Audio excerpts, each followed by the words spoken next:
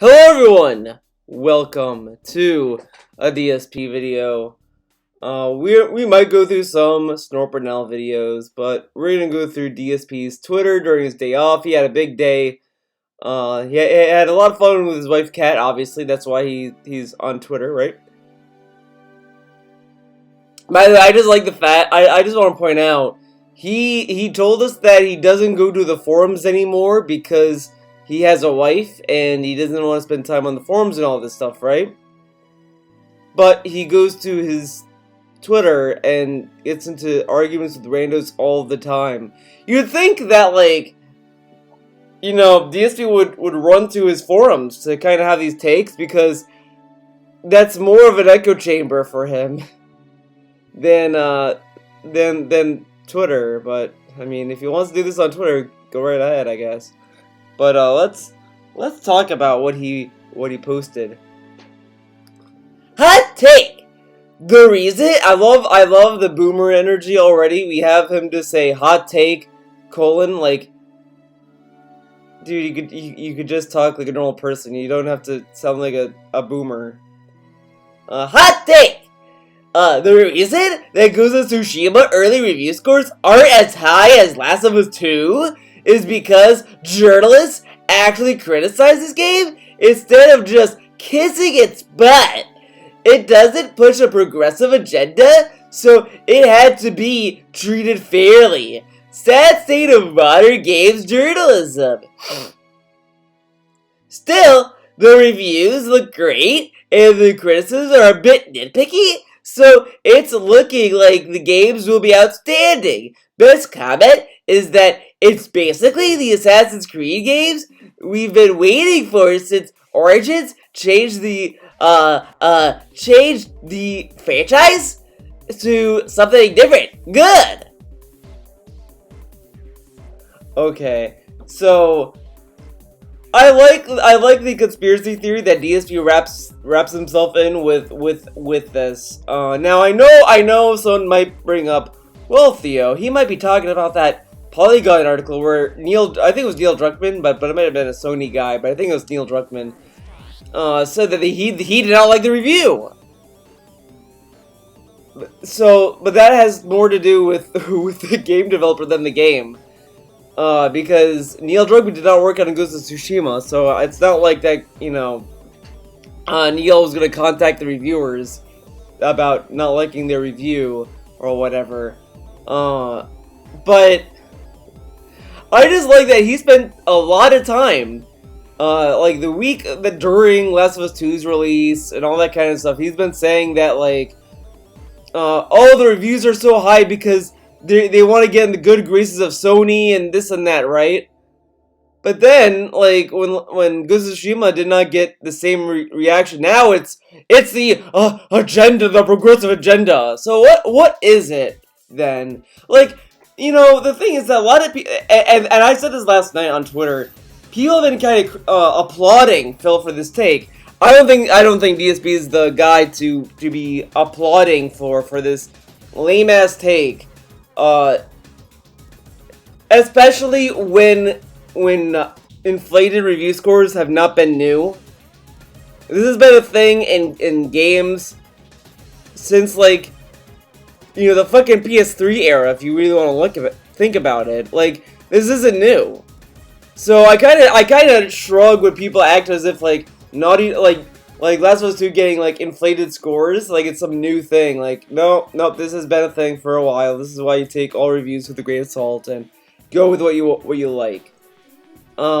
So I don't. The other thing with DSP's take that's just dumb is that he doesn't believe what he's saying. Because again, as I said before, he attributed the high review scores as like a boys club type deal. Oh, well, if they don't... He told us, like, the reason why Last of Us 2 scores are so high is because so that, like, they're in Sony's good graces. So they can get early games still, man. It's a fucking broken practice. Now, if you remember that, this makes no sense then. Because what are we complaining about then? Because he complains about early reviews not being honest and not being critical, and it kisses the game's butt. Ghost of Tsushima gets early reviews that's critical, and it's not kissing its butt. But are we are we criticizing that Ghost of Tsushima isn't getting its butt kissed, or are we complaining that or are we complaining that games are still getting their butt kissed? I don't know. Like, this is why I really think people running to DSP to say he's right when it comes to dumb shit is dumb. Like, it's the same shit with his review. His review is awful. But you're gonna get these people going out saying, the game sucks, so DSP is right. He has a point here. And it's like, no, he doesn't. His review is just garbage. Because he had no comprehension of the game that came out before. He did not understand it. He only perceived the hate of 2, but never understood why people did not like 2. He understood the generalization of it. Like, he understands vaguely that, oh, people don't like Abby. Doesn't know why people don't like Abby. Knows people don't like Ellie. Doesn't know why people don't like Ellie. Just assumes that she's mad. So that's why she sucks. Like, that's why when he says shit like this, it's really hard for me to take him seriously and to even give him any credit for this. Because this makes no sense. Because he never said that Last of Us 2 had high reviews because of an agenda. He said it later by the end of the game. He changed the tune a little bit, but at the beginning he said it was because it was a boys club shit. And then Ghost of Tsushima does not get the boys club treatment. He's like, oh my god, guys, this is why it's a progressive agenda. What progressive agenda? Does he even know what that means? Does he know what a progressive agenda is? Okay. So then a long dream comes in. Says the anti-PC angle is a bit distasteful. I don't know how it's distasteful. I think it's dumb to say it's pushing a progressive agenda. I mean, I don't really feel like it was pushing any agenda other than like the theme of hate, breaking the cycle of hate, that kind of stuff that every game that God of War tried to do as well. And they both kind of tripped over the theme a little bit, but I mean, if you just want to say, oh, well, they included a trans character as a progressive agenda, that's kind of okay, whatever. I mean, you don't have to go over it. That's not why I'm doing this video. There's nothing anti-PC about this angle. I had no issue with the progressive narrative of Last of Us 2. I had issue with all mainstream media saying a flawed game was a 10 out of 10 because of that narrative. Two very different things. But you know, the thing is that with games, the way that they're designed, you have games that just have a difficulty setting that's directly for story purposes. Like, there's literally an option that says like easy or super easy, whatever, and then the description is like, this is if you just want to experience the story. It might even be called story time or some shit. So some of these reviewers could just be doing it for the story, and they could just be reviewing as such. Now, I also think it's a slippery slope to just assume anyone that says the game is a 10 out of 10 is a game journalist either. I'm sure there are people who are reviewing it just off of either its story or what it has, whatever. But some of these high reviews are just as like surface level nonsense as the low end reviews. Like, you can't look at a fucking 3 out of 10 where the substance of the review is the game is duty or whatever, and it's like, is this really a review? Like, that's why I'm so like not like the topic of review bombing. I'm very like whatever with. I get why people review bomb stuff. I understand the necessity, like, you know, you want to make sure that the developer knows something's wrong with the game or that people don't like it. I understand that side of it, but I also think it's really lame that this goes on and then people act as if it's a genuine review score. Like, it's not genuine if you're going out of your way to bomb a review. you know, it's as genuine as the fanboys going to every single exclusive of their game and reviewing it highly with nothing. So I'm not like I'm not particularly a fan of review bombing, but I understand why some people do it. But I'm just not. I'm not a guy on board with it, I guess I should say. But I get it. I get it. But people can enjoy Last of Us 2 and say it's a perfect game for whatever reason. I mean, everyone's welcome to that opinion.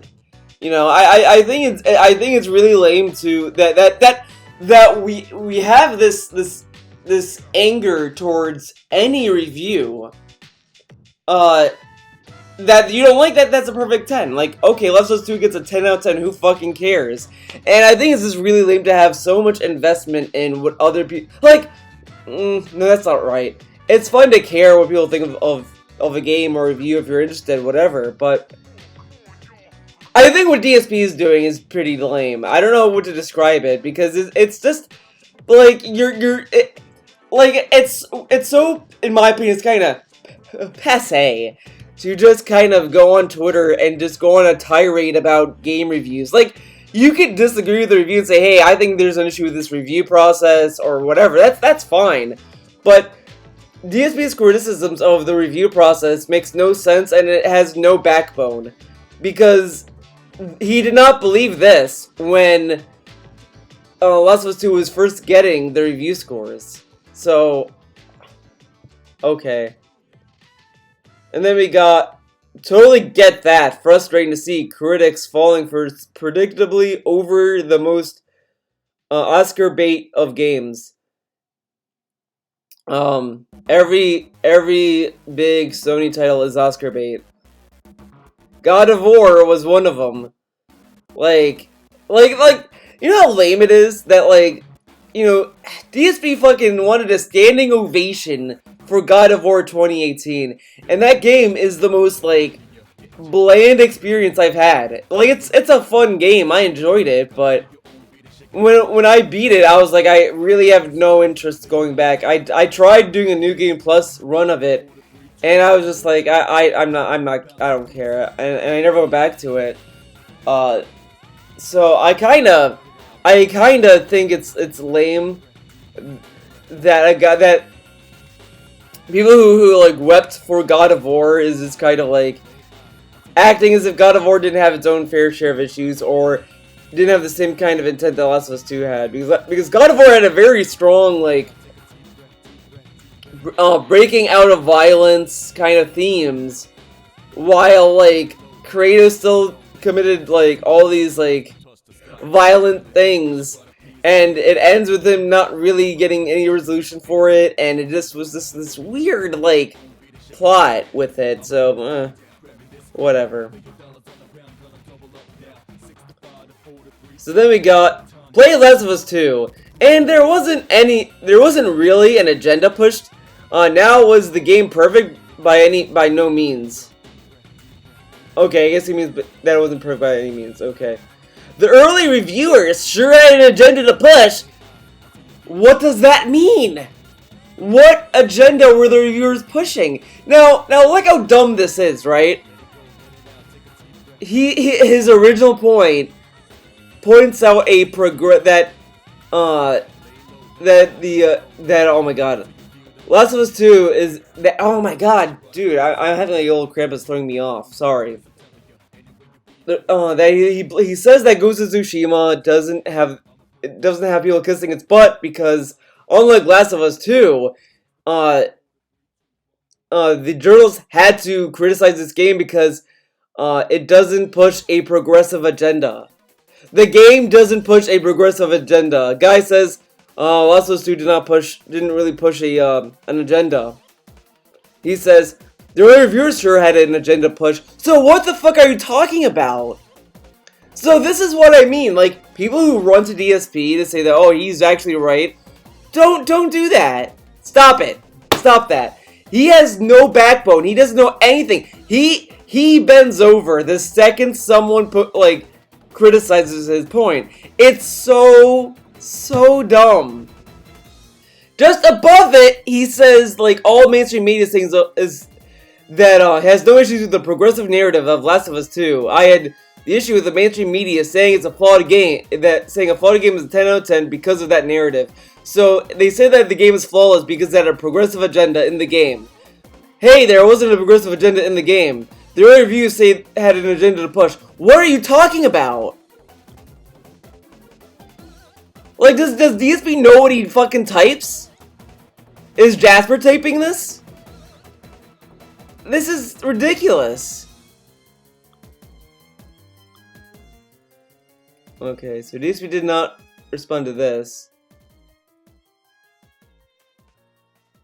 So I guess he only responds to the top half of the replies.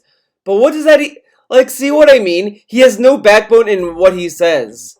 Like, he doesn't try to reiterate, he doesn't say, oh, this is what I meant or something. He just says the early reviewers had an agenda to push. So the reviewers had the agenda, but then why did you attribute the agenda to the game? What? So that's been going on. So then, oh my god, Aaron Hansen, oh no. Then we got this. Dear Last of Us 2 fanboys, I don't care what you like. Last of Us 2 and Ghost of Tsushima are being treated very differently in their mainstream review processes. Likely because of an agenda being pushed.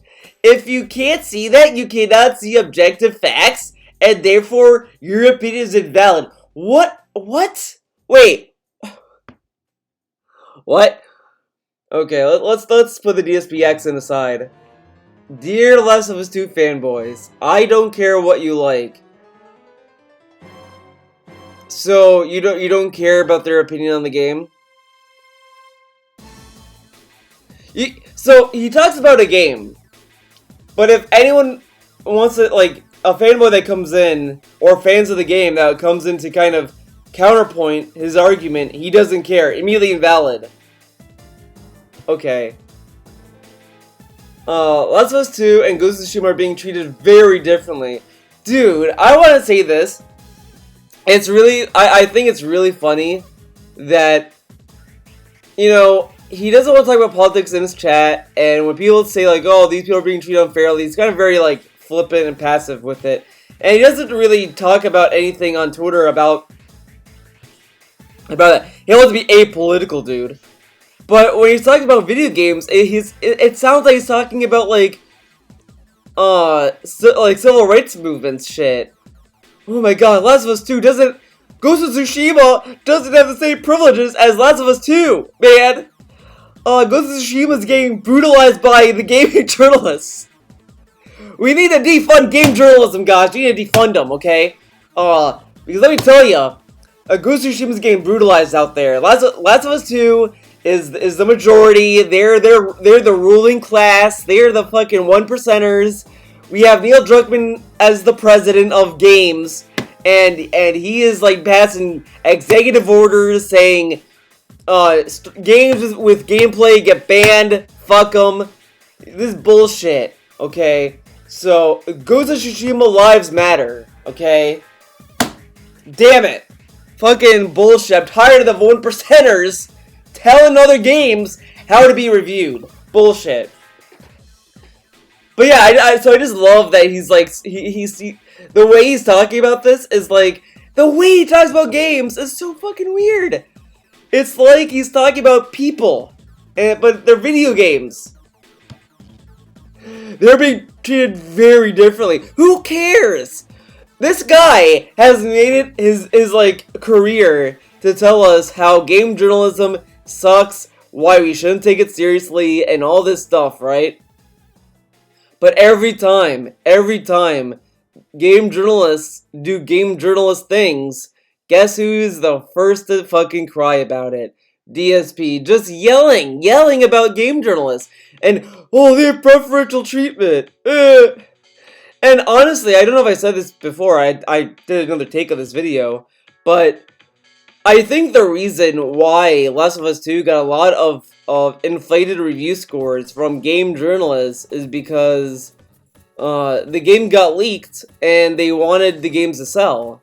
So I think that's kind of why Sony and Neil Neilman had an investment with these reviews because they wanted to sell the game. Because you're not going to really sell a game that's been leaked. So they wanted the reviews to kind of like sell the game.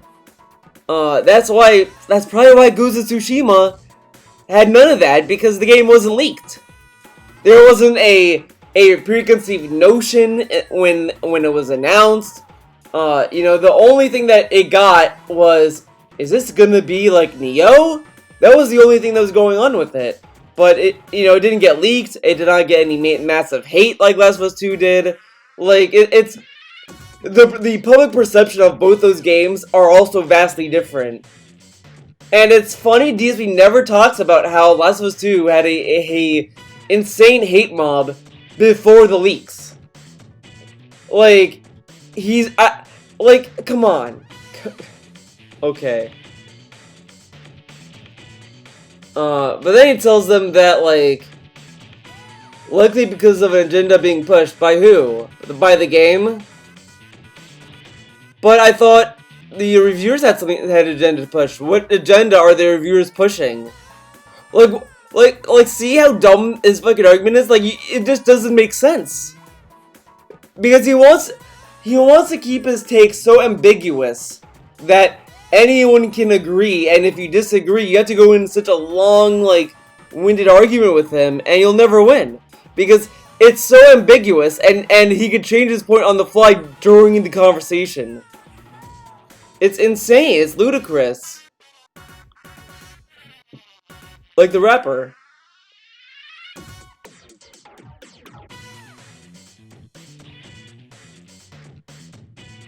And then we get this. If someone feels The Last of Us Part 2 got massively inflated review scores because of a progressive narrative, that doesn't make them anti-progressive. But it sounds anti-progressive because, like, this is what's so lame about this, then, though. Because, like, you could say, I kind of, don't really see Lev as an agenda. Lev is a trans character. They have a story for why he is the way that he is, and all that kind of stuff. I thought that was interesting. I didn't think that was an agenda being pushed, because it didn't, like, because the drama with Lev's story wasn't, like, over-dramatized. I felt that it was very, like, straightforward and like, yeah, okay, you get it. It's not like, oh my god, we know. And, like, it doesn't feel that way for me.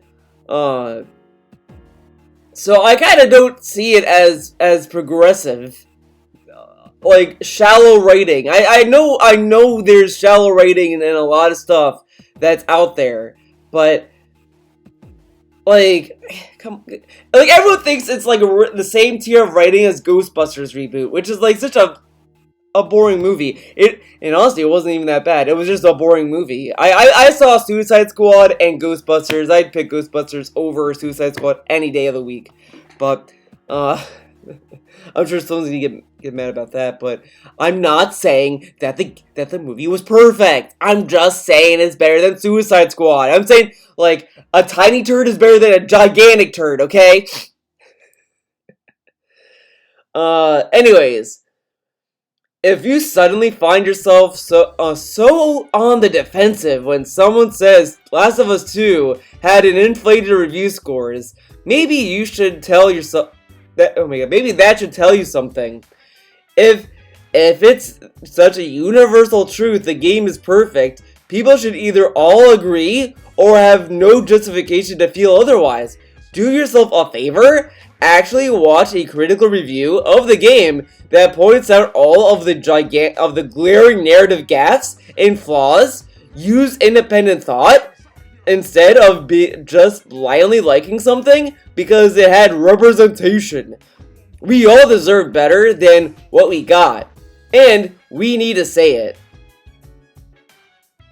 Oh man, a lot of stuff to unpack here. If you suddenly find yourself on the defensive, says the guy that pretty much had a Twitter meltdown over a fucking video game. Is that, like, I love that this guy is telling us that we are going through a meltdown when he did multiple tweets about this. It's the same shit when people tell you you're mad. You mad? Man.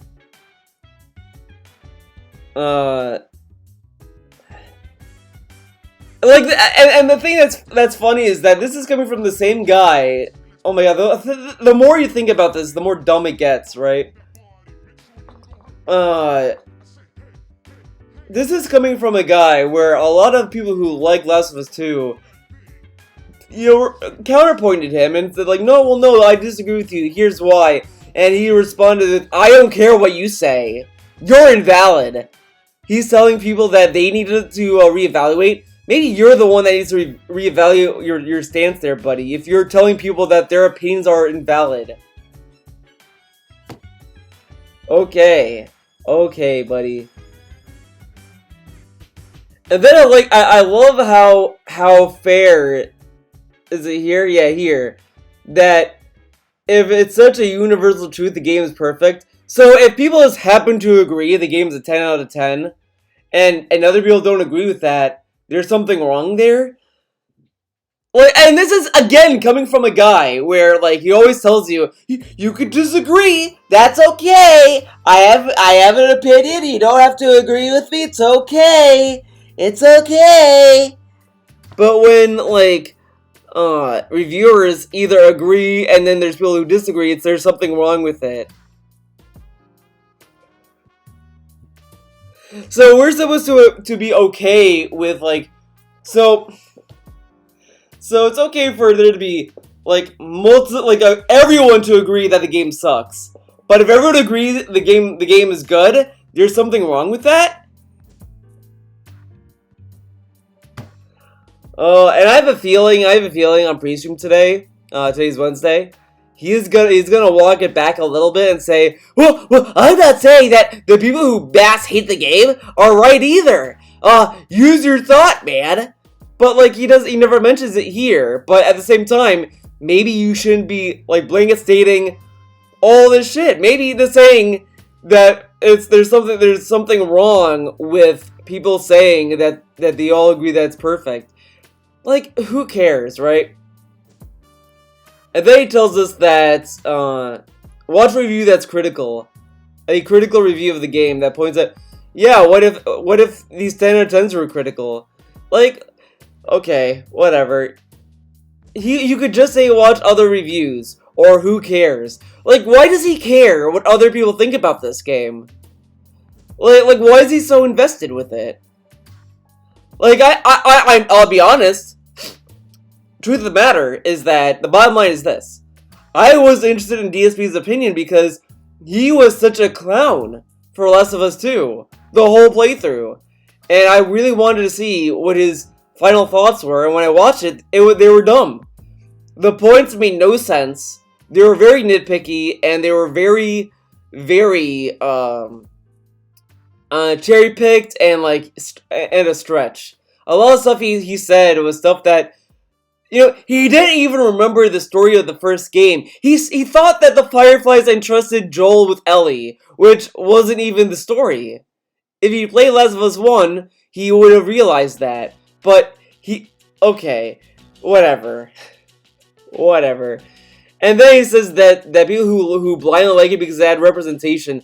So, and this is the other thing I've been noticing, you know, because I used to say the same thing a little bit. I mean, I'm sure there are, I still kind of think, sure, there might be reviews that might be blind and saying, like, oh my god, I had this, clap, clap, clap. But it's, I also think on the other side of the fence on this, the other sword blade, whatever, the other side of the coin, is that just saying that you like the representation in the game is not a bad praise for something.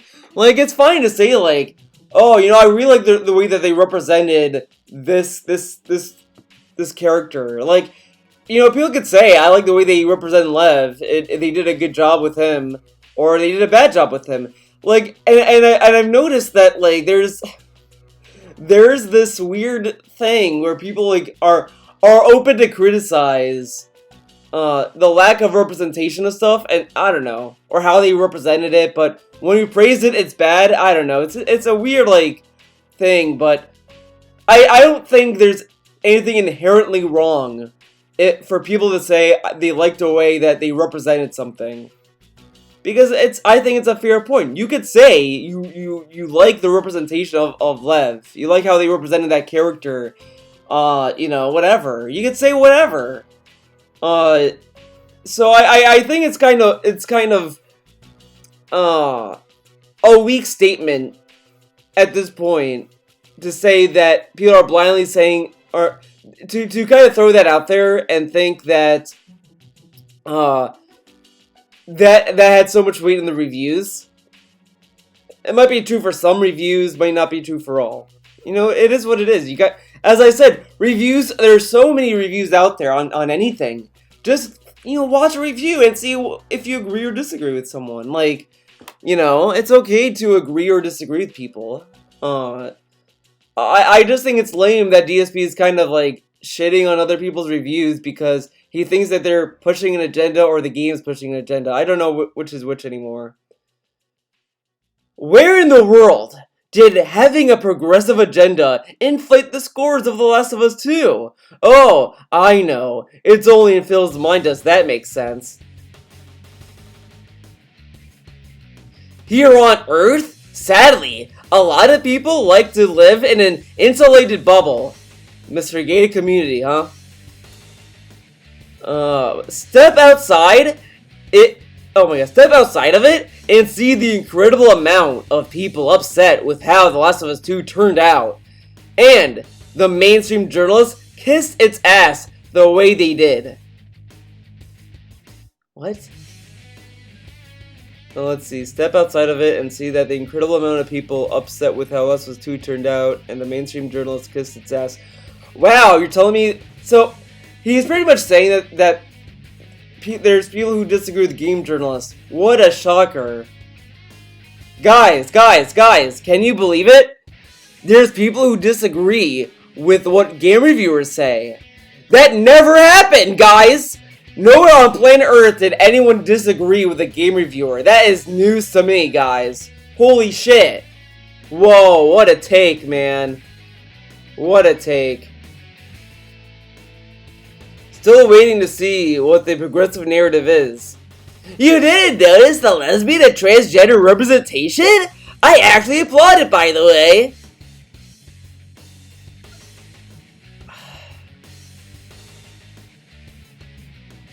You know, I'm reading this and I don't know I don't understand the context. Like, is he applauding the representation or is he not applauding it? Like, is he applauding the guy for not seeing it? I don't know. I don't know what he's applauding. I'm at a loss.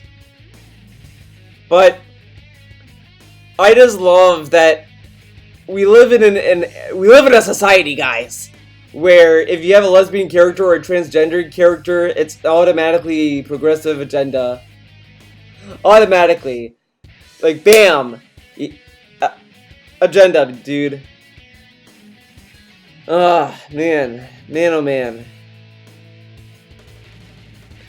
Because again, like, the Lev, like, if you want to say that it had a agenda because of Lev's story, of Lev's character development or plot, whatever, like, that's such a small part of the game. And Ellie being a lesbian is also a small part of the game. Like, these aren't the main focuses of the game. Like, you don't end the game with thinking of a lot of stuff. Like, that's why I kind of don't agree that Last of Us 2 is an agenda-pushing game. You could say that, like, it's... Well, I don't know. Because to me, like... You know, Last of Us 1 explained Ellie's character to be a lesbian. Okay, yippee. And Lev's character being trans was such a, like, small part of that story. Like, that wasn't the main point. So I kind of... That's why I kind of don't agree when people say, oh, it's an agenda pusher. because it's such a weak little thing to focus on. Like because it's to the point where if you focus on it, then I don't know what to tell you, because it's such a like a small mini arc in the overall story. Like, it's there to kind of be a vehicle for the main character to get to beats of the story. Like, you wouldn't have Abby and Lev be as strong of a character without the whole stuff that happened to them. Now, if you want to criticize the writing, that's fine. You could argue that the writing was weak, whatever, but you know, it is what it is. It is what it is, dude. Let's see. Did he make a new tweet? I mean, it is a new day. I don't know why it's taking so long for Twitter to load sometimes. No tweet yet. But I do want to go over some more stuff because he did mention some stuff. Let's see. Oh boy. Okay, let's get the oh boy. Every game that has no gay people in it is pushing straight agenda then. You can get those brain worms removed, by the way. Every game with no gay people isn't illogically rated a 10 out of 10 with no justification. Didn't this guy complain in the past about multiple games that had no gay people in it getting a 10 out of 10 with no justification? Or getting perfect scores? But okay. Sure, buddy. So, you're just ass mad. Someone likes a game, you don't? Gotcha. Unless you have some objective evidence for your claims. Oh, this song slaps. Burn my dread.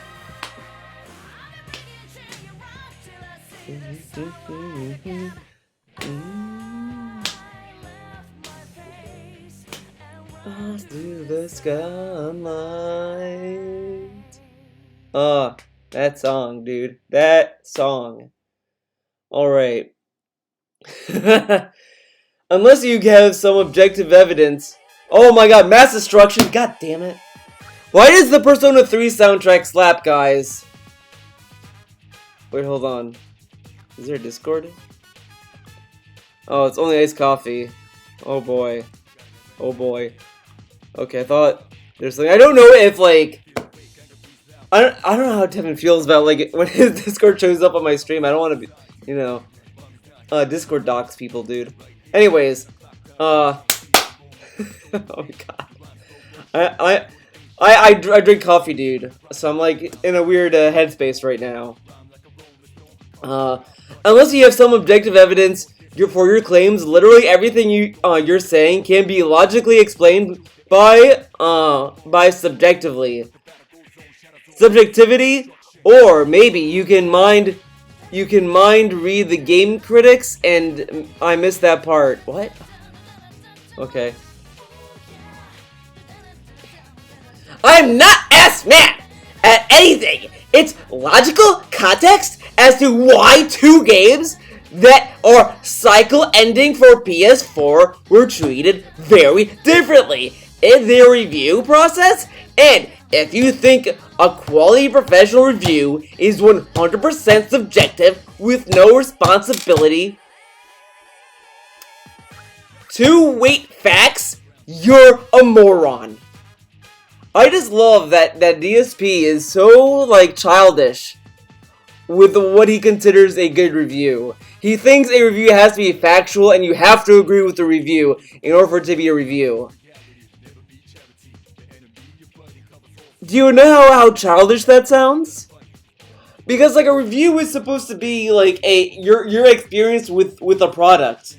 This is my experience with watching this, playing this. You don't have to agree with it. I might suck at games and I may not like a challenging game, but if the game is challenging, that might be a downer for me. That doesn't mean that you have to agree with me on that. Like, if I'm playing, like, Uh, I don't want to use Sekiro because I feel like that's like low-hanging fruit. I want to find a game that's like... Fuck.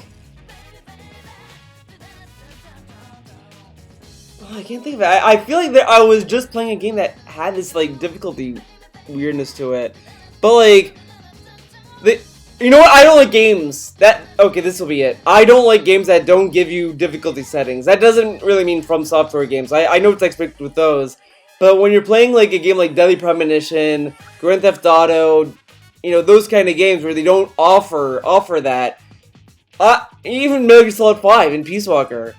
I like games that offer difficulty settings because like I can at least choose how I want to experience the game at first, and then I can kind of challenge myself the next run or whatever. So if a game does not let me choose that difficulty and I go through the game and it gets really frustrating, that might be a downer for me. I might say, well, this game gets like really difficult by the end, and I'm not like, you know, I don't mind a challenge, but I think that like it kind of is a bummer that like, you know, it gets to the point where it just kind of loses the flow for me. You know, and that's fine. I could say that because that's my experience with it.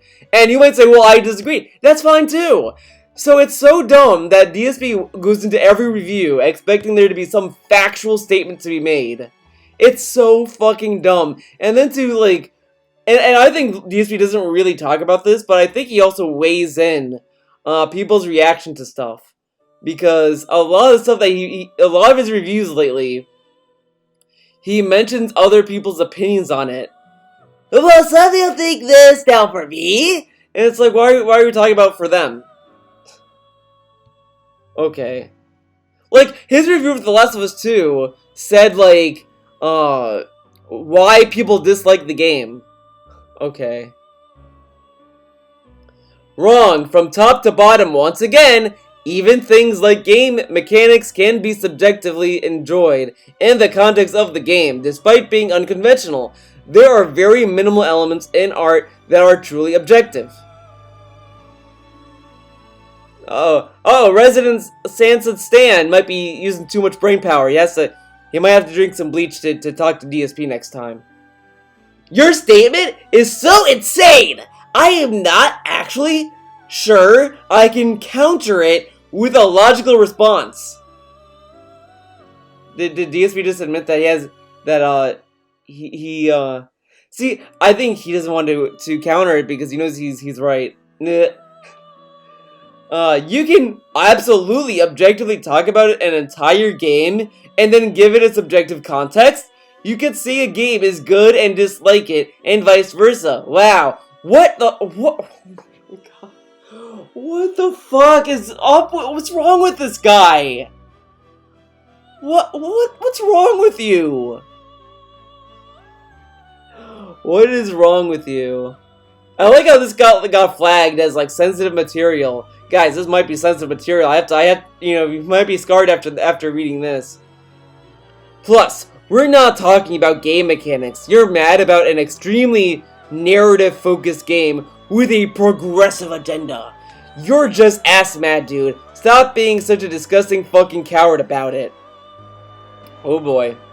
I don't care about the progressive plot. As I clearly said in my review, I welcome the progressive narrative. I dislike the overall narrative. Wait. What? I like the progressive narrative. I hated the overall narrative.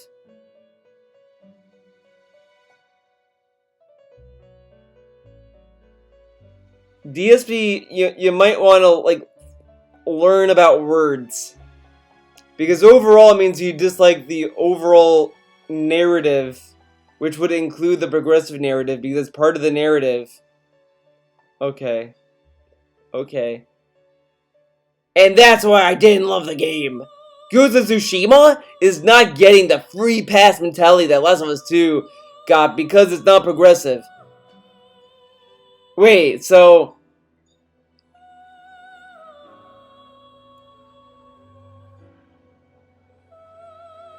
Oh, it's a truck. So... Is the game progressive, or is the...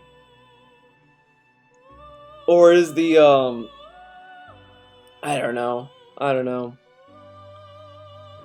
Oh, Hermione. Hermione's there, dude. Let's see. I welcome the very progressive Nate. Okay, so yeah, I guess he doesn't like it being progressive. I don't know. Oh boy, this thread, this is pretty good. So get this. Oh, I got an idea. So I can like keep track of if there's any chat caps. If there's any chat caps, I can get it here. You know what I mean?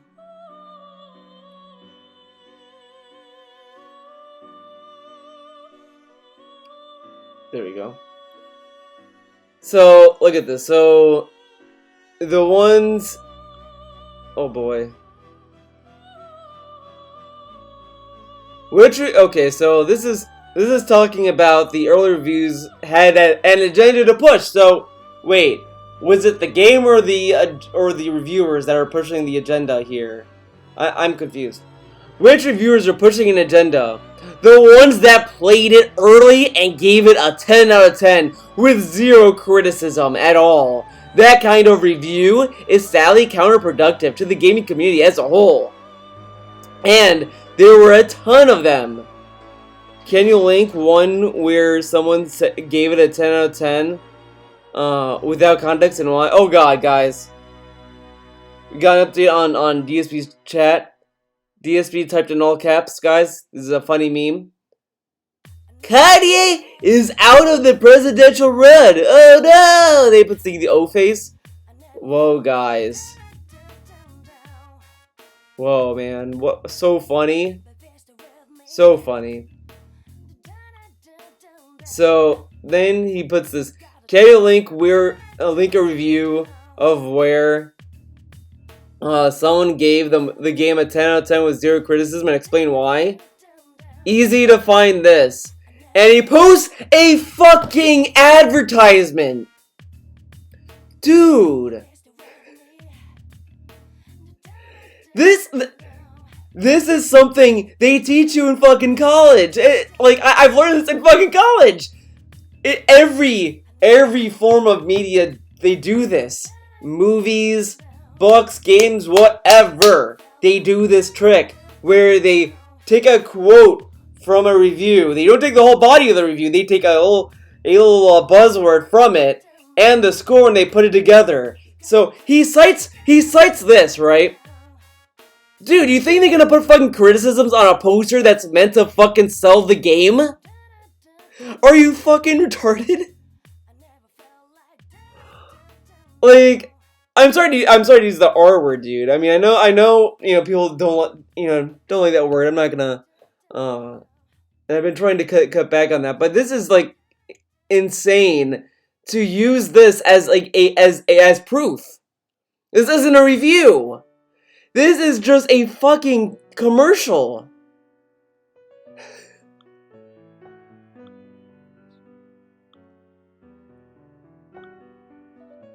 And then he says it's not like this guy is known. My sack says you're seriously going to use an image that's meant as an advertisement to support your claim? Wow. And then the guy says, it's not like this guy is known for having the best basis for his opinions. Oops. You most obviously have never seen any of my game reviews, playthroughs, or any of my content outside of slander. Try using your brain for a change. Please show me a review where the reviewer gave it 10 out of 10 with no criticisms of the game, no context of why they felt the game was perfect. Don't give me some advert for the game, show me proof. And guess what? DSP never responded. Shocker. This guy is not falling for the Pignosis fill. Yet you have to fucking respond. This is how dumb this is. He posts this up and the guy's like, okay, but this is advertisement. Where's the next review where there's no criticisms? And he doesn't link it. You wanna know why? Because DSP, like anyone else that's used his fucking Twitter, just reads headlines of news stories and says, "I got the news." He does that with Apple News, which is such a weird site to get news from, but like DSP is such a fucking lame baby. He is a baby.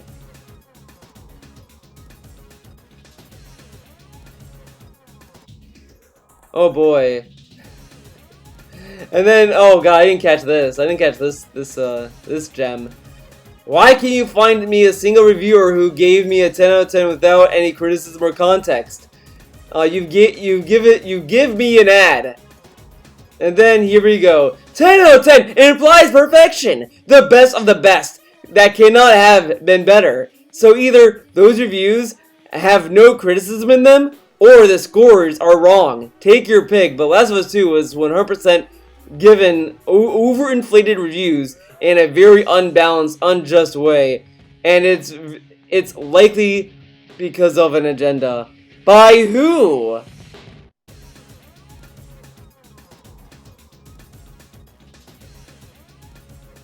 By who?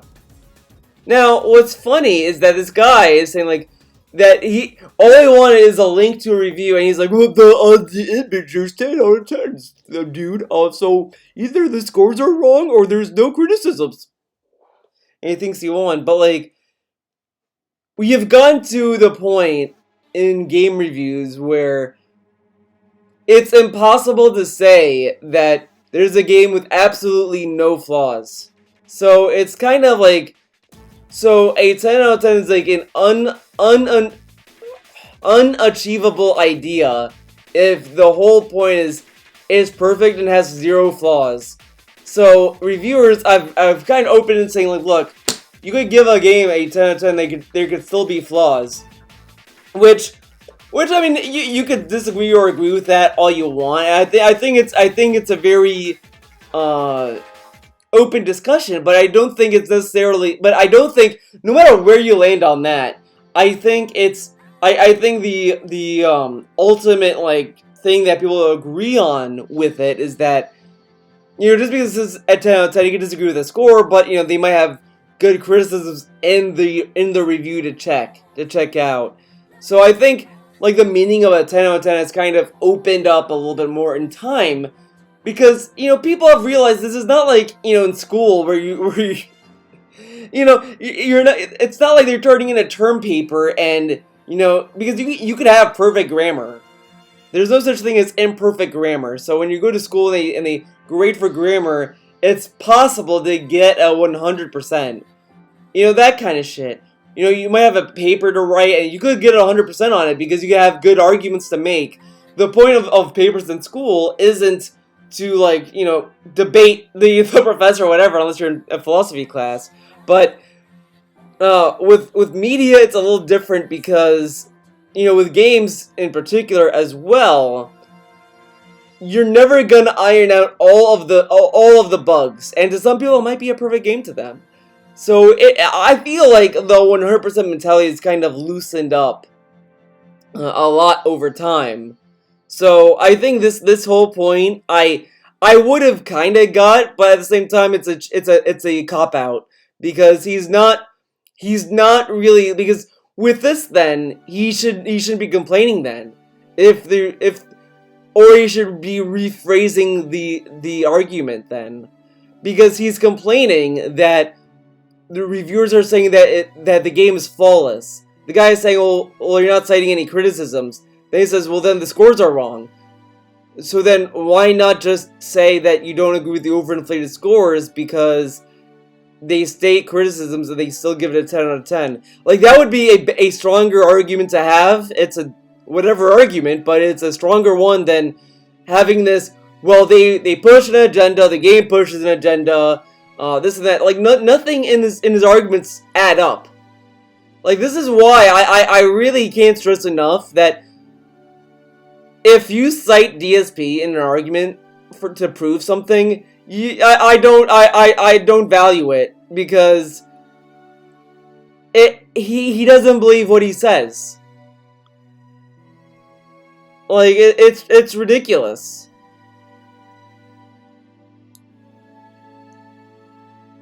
And then, let's see, the existence of women, including physically fit ones, Asian Americans, transgender people, etc. apparently. If you actually think this is what people have issues with in Last of Us 2, you didn't listen to one valid criticism. By giving the game a blanket 10 out of 10 with no valid criticism, simply because it has these in the game, is just as bad as hating the game for having them, and quite a lot did that.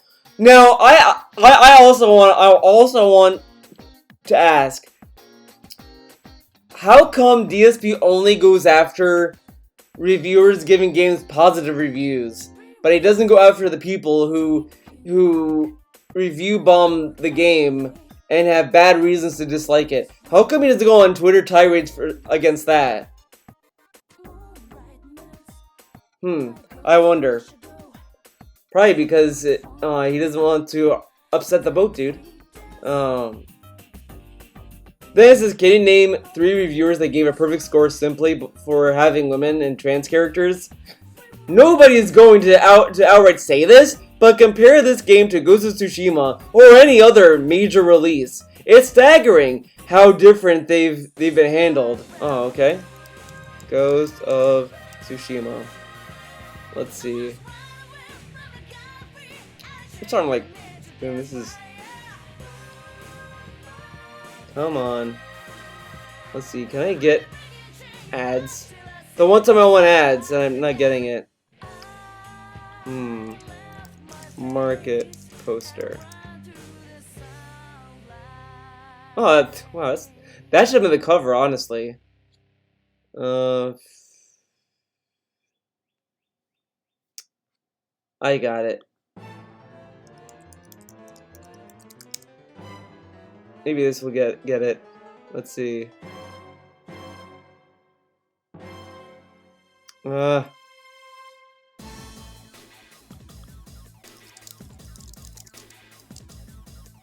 I wonder. Okay. So at least like, you know, there's this. So okay. So I have to like, I guess you know, you have to look at the ads, dude. I don't know where you found this. You found it somewhere. Probably on a website. But I just love that he's like, name 3 reviewers, and he just posted this poster. And I really don't think DSP knows why these reviewers gave it these reviews. It's going off the meme that, oh, the game got good reviews because of this, obviously, but doesn't read the review.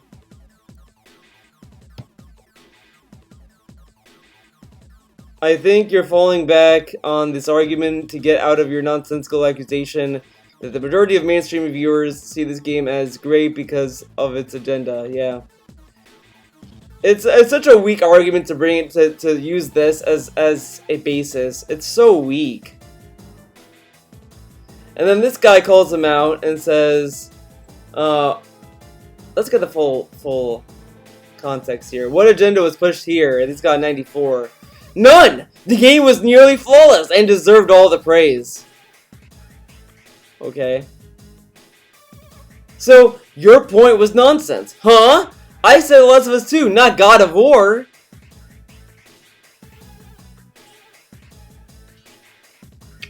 Okay.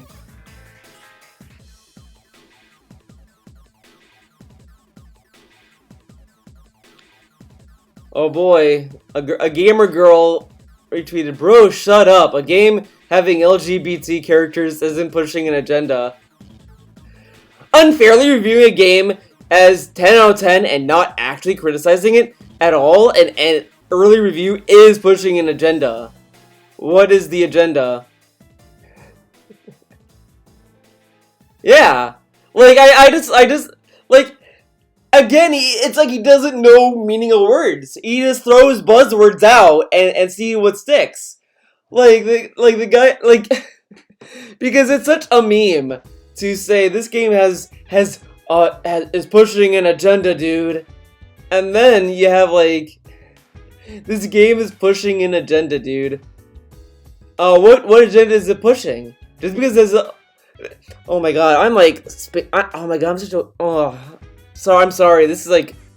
an out there video. But...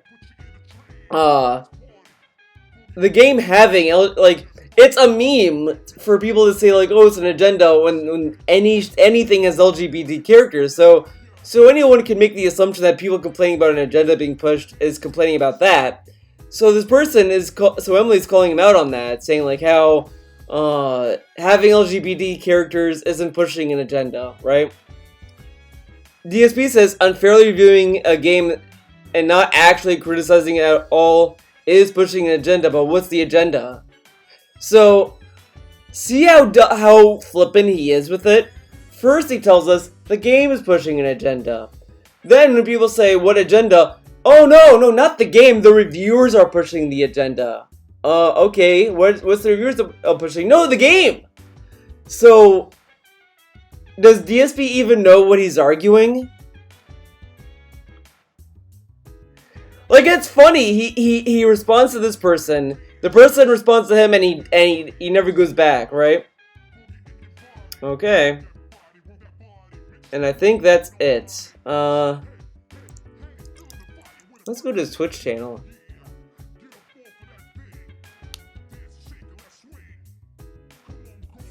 Walk the world.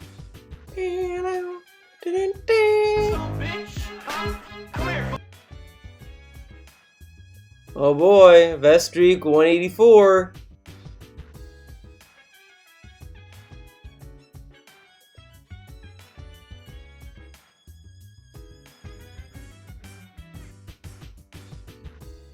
Yep. You know what? Theo theory time. People are saying, oh, well, isn't he spending time with the cat? I think what's been going on is that usually every time during his day off, he always wants to complain about people at lunch lines and all this stuff. He wants to complain about people in the real world. Nothing happened, so guess what DSP is going to complain about? The people here. Excuse me. Okay. I love that every time we talk about Deadly Premonition 2, it's him saying like how it's a weird, quirky, fun game. Now, a lot of people say like, well, the game must suck because this is how he describes it. But the thing is that I don't think DSP appreciates the game because like he's a very superficial guy. I've noticed this with a lot of games like Life is Strange. He does this. Like he only liked Life is Strange 1 because it had a time travel in it. He did not care about the story. He did not care about the characters. He liked the time travel aspect of it. That's it. He was sold on that. So with Deadly Premonition 1 and 2, it's just him saying, it's quirky, weird, fun, so it's cool. He doesn't understand like the charm of it. He doesn't understand like the weirdness of it to truly appreciate the game. So I don't really think he deeply gets why people like Deadly Premonition. It's the same shit like Suda51. I don't think he understands why people like his games. Let's go to YouTube. You know what? I will listen to the pre-stream of this video, so we're gonna wait, I guess. So this is a very special video. A very special video, dude. Oh, I got a notification. What's going on here? Dropping Jasper. It's good to me. Ow! Jasper! Jasper, what are you doing? You scratched me, man. Jasper, come on. You hurt me. Ow! Why you gotta do that, man? Just wanted to walk over me. Why'd you use your claws? You know better. That really hurt, man. Such fragile skin. Scratched my leg. At least it didn't pierce the skin. I don't think it did. I don't think it did. Well, you would be bleeding if it did. Jeez. This cat sometimes, he loses track of what he's doing. Next thing you know, he's hurting you. I love that he keeps painting Jasper as an idiot. Like he's like a special needs cat or something. The cat loses track of what he's doing. It's like his mind wanders and his body just acts randomly. I've heard that like sometimes cats will just use their claws just kind of like to show their affection sometimes. And since he's declawed in the front, he uses his back claws obviously to do that. He's breaking skin and stuff. The worst is in the morning, sometimes he'll bite my toe when I'm trying to sleep. Like, dude, what are you doing, man? My goals in life are to, number one, continue Well, to how could he get access to your toe? Aren't your feet under the sheets? Ew. be a good husband to my wife and a good father to my cat. I'm okay. I'm okay. You should know better, buddy. Come on. Now, you notice the proper way to handle it. If a cat's misbehaving or doing something that needs to be moved, you very gently and very safely pick it up and place it down on the floor. You don't toss the fucking cat over your head like a complete fucking piece of shit. But we won't go into detail. Man. Jasper, come on. You hurt me. Ow. Ow! Jasper! Jasper, what are you doing? You scratched me, man. Jasper, come on. You hurt. Jeez. Like, dude, what are you? I'm okay. You should toss the fucking cat over your head like a complete fucking piece of shit. But we won't go into detail about that. But I think you guys know what I'm referencing. Okay. Tom shot another Twitch streamer. But he doesn't do that. He doesn't do that, guys. He'll be breaking TOS. Use people weak shit, so I'd like to send Cat a Switch, so she wants to keep using yours. So I email you to get more information so I can send it. Well, here's the thing. Oh, I love this part. Okay. Use people weak shit, so I'd like to send Cat a Switch, so she wants to keep using yours. So I email you to get more information so I can send it. Well, here's the thing. If you were to send a Switch, it would have to be mine, not hers. Here's why. Animal Crossing, as fucked up as this sounds, is limited to the Switch it's played on. You can't transfer Animal Crossing from one Switch to another. It's impossible. Once Animal Crossing is on one console, there's literally no way to ever put it on another console. I'm sure Cat would not want to redo an entire island. So then why not have her use that Switch and use the Switch that guy's gonna send you? I low-key think that he doesn't want to admit it, which he probably should, honestly. But he just wants to have Cat be the Papavero of Animal Crossing streams. Have her do all the work, and he could just walk around, fish, grab the insects, dig fossils, and do nothing really meaningful in the game. Because that's what he wants to do for the chill streams. He just doesn't want to have any work. He just wants to sit there and be an autopilot, pretty much. He just wants to sit there and sleep. I have a Theo theory. I think he can sleep with his eyes open. I think he trained himself to sleep with his eyes open. Yeah. You know, that's why he's like always laid back and like this. And sometimes he wakes up to talk to chat, you know, or to see if he gets any money. But you know. If you actually wanted to donate a Switch, you could. What you need to do is contact me behind the scenes. You shoot me an email, and we'll talk about it. And it would be the Switch that I use for stuff because she would keep the one that has Animal Crossing on it. As stupid as that sounds, it's 100% true. But why not? Well, but why wouldn't Cat want to restart all the work, dude? She could do it. DSP weeks chase. The only thing I will need confirmation from Cat's acceptable for me to send it. Maybe one day on stream next week she can stick a thumbs up. No. No. No. You're sending me a Switch. Stupid. All right. It's obvious. I like how you're sending me a Switch. The only thing I will need confirmation from Cat's acceptable for me to send it. Maybe one day on stream next week she can stick a thumbs up. No. No. You're sending me a Switch. I just like how it's like a king. He's like a king to his chat. No, you're sending me a Switch. Stupid. Stupid. Alright, it's obvious this guy's just a troll, so. In fact, you know what? I love that just saying for a cat to stick a thumbs up is so bad. It's such a bad thing for her to just do this. She can't even do this. Are we gonna make fun of her thumb? Is her thumb fucked up? Oh shit. You know, guys, I don't want to say anything, but maybe Jasper's an abusive cat. You know what I mean? I just had enough of this guy. This guy's been trolling for a week, and now he's trying to fucking do stupid shit, so fuck off. Cat, you need to get out now. That place is toxic. I just think he gets banned. I have no idea why I was putting up with that guy to begin with. That guy was fucking trolling me all week with stupid messages and shit with his cheers. And it's obvious he wasn't going to donate a Switch. He's trying to get my wife to show up on stream so he can go fuck himself.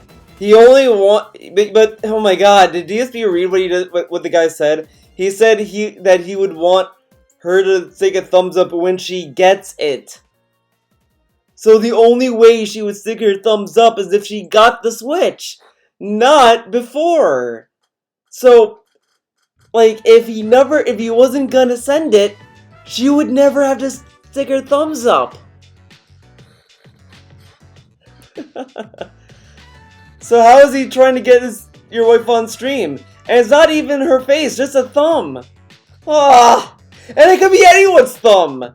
Ah, it could literally be. He could literally get up and like, oh, I've used the bathroom, but when I'm gone, Cat's gonna stick her thumbs up. And then he leaves and he does this. All right, guys, see my wife's thumb. See, she got it. Wings of DSP. Duh. JRS19 got the tipping started tonight with a. But then again, I guess, well, actually, we could dox his thumb because one of his thumbs has a fucked up nail.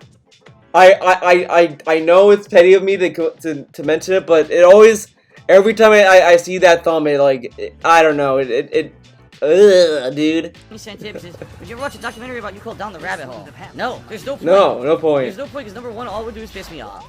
And number two, I guarantee you it's fucking half-truths and shit, because no one, the thing is with all these documentaries, right? No, I like how he's shitting on this Down the Rabbit Hole when the Quarterman watched it, and DSP was like, oh, I know, it's very fair. This guy is so fake to everyone. Like, he's so fake. Even before this whole, I have to protect my family bullshit. He's so fake. This guy is so two-faced. It's sad. No one ever consults the person who it's about. Not a single person has ever consulted me on a single piece of content that's been put out about me on the internet. No one's, oh, I want to get your side of the story. No one, they don't care. I tried to get your side of the story, Phil, and you never responded.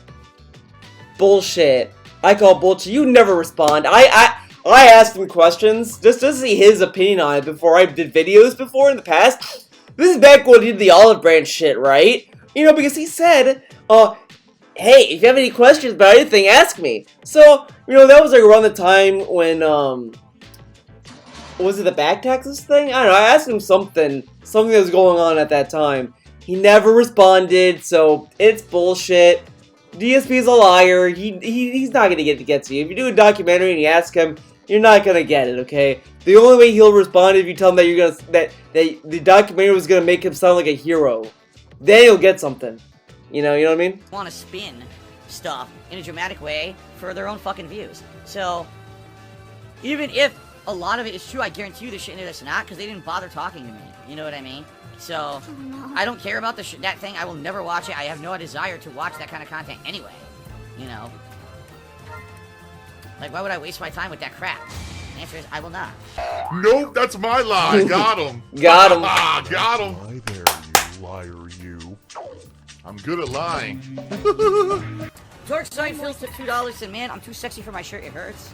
Well, fake DSP, thanks a lot for the tip, I appreciate that. And thanks for letting us know about how sexy you really are. I'm sure we're all interested. Not really. Elon just chased for the 500th festival. Can we have a party at Chuck E. Cheese? No, because Chuck E. Cheese filed for bankruptcy. They're not going to exist by then. And also, you know, we how do you know? For about 45 minutes. Toys R Us got and, bankrupt and tips, so they're coming back. The streak's ending tonight anyway. So, oh, streak's ending. Guys, streak's ending. Hint, hint. The Booty Bandito took me $5. If this money keeps that booty nice and plump, I'm all about supporting it and keeping it fed. Wow.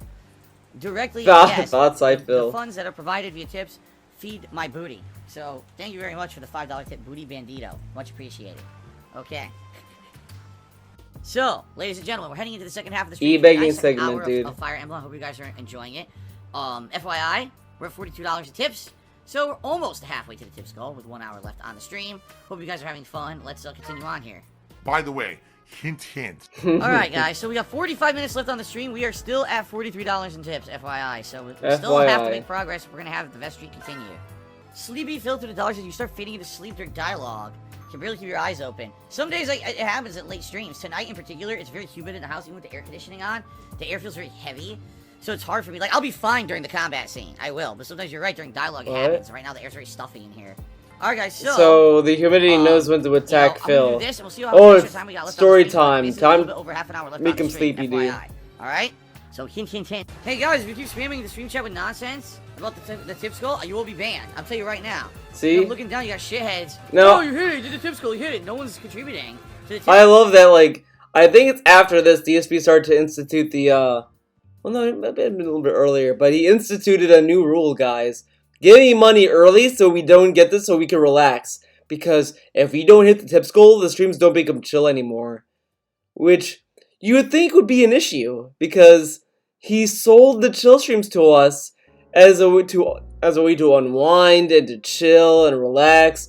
And now when the vest came in, it's stressful, dude. Oh my god, man, it's so stressful. Oh. Tip skull, these idiots are doing it to try to either distract people or make them think that we did. And I'm not gonna put up with your nonsense. So if I see it, you're gonna get banned. I'm not gonna put up with your bullshit. Alright, we already got one. Bye. Bye. I literally just said don't do it, and someone just did it, and now they're banned, so... Bye. Hope you fucking learn now, stupid. Goodbye. Toxic toilet juice. Cashmere Goat, there will be slight overtime if I need to keep going for, like, a story mission or whatever tonight, but I'm not staying to hit the tip skull. So right now, we've got about 25 minutes left on the stream, and we are a far cry from the tip skull, and if it doesn't get hit, it doesn't get hit. He can't go overtime, but he went overtime, dude. Knows how it is. Alright, so I said to you guys not to fucking do fake shit, and two of you, PW Dubs and Richard Link, just did it. Why are you doing that? Are you stupid? And guess what? PW Dubs is still not banned. Funny that this guy has been banned multiple times and perma-banned and never coming back with Snow Carl. And PW Dubs is back. Pretty cool, huh? You want to get here. You just don't listen. I literally said don't do it, and you fucking do it. There. Now you can both get fucking timed out. Oh, timed out, dude. There. Now you can both get fucking timed out. What? Wait, what? And now we don't have to put up with your bullshit for the rest of the fucking night. Seriously. I just said don't do fake messages about fake contributions and derail the stream. Oh, let's do it, guys. No one did it in 5 minutes. Let's do it. Grow the fuck up, man. Tired of this shit. Stretch. Well, Equilibrium. Oh. Hold on. Equilibrium to the dollar. He said, this is very interesting news, everyone. He says, Hi, I have a small pee-pee. wow, who knew Equilibrium had a very small pee-pee? I had no idea. Well, thanks for sharing, Equilibrium. Obviously, this is not real. This is someone trolling Equilibrium, obviously. But thank you for the dollar tip. Okay. I have a micro penis. Guys, FYI, I'm only streaming for 10 minutes, unless this continues longer than 10 minutes, which it might, but I'm only streaming for about another 10 minutes, so no lie, unless we hit the tip skull within about 10 minutes, this is the end of the vest streak. It's going to end at 179. So, just saying, this is it. This is the last straw, guys. This really is the end of it. No, I love that he blames the chat for freaking out when he does these fucking vest eulogies. This is not the worst one I've seen. There was one he did that I was just like, holy fucking shit, man. Because he literally looked at the camera and was like, guys, it seems like the vest is not going to continue, man. You know, it was a good ride at, I think it was like 179, 78. It was one of those streaks. It's been a wild ride, guys. You know, it's been great. I've been loving the vest. You guys been loving the vest, but it seems it's gonna be over, guys. You know, it's been a good ride. You know, I can't complain. You know, and it's like, dude, you sound like the vest is dying, like you're gonna bury it or something. Like, and then he blames the chat for that. He blames the chat for oh my god, he blames the chat for freaking out when he does this kind of shit. Guys, looks like it's gonna end tonight, man. It's gonna end tonight, man. So, hint, hint, hint, hint, hint, hint. DSP. Still streams, by the way. She said, my girl shows so much infection to me. Come home, be seen this sauce that we brick the guy that cart that she give me sperm work the box up key. Great, thanks for the share. The Icebox at the dollar claiming that they need 15 minutes to transfer their Bitcoin over. And then they're gonna tip and reach the tip skull. Yeah, right. Well, thanks for the dollar tip anyway. Only Ice Coffee Cheers said, well, man, it was a good 4 months of support. The vest has been on life support for the past 2 weeks. I guess all things will eventually come to an end. I guess so. I guess I don't know so. what else to say. You're right. It's end, guys. The past few weeks, where we come down to the very wire, the very end of a stream before the tip skull was hit, and now literally this is it. After this fight and cutscene is over, I'm done with the stream.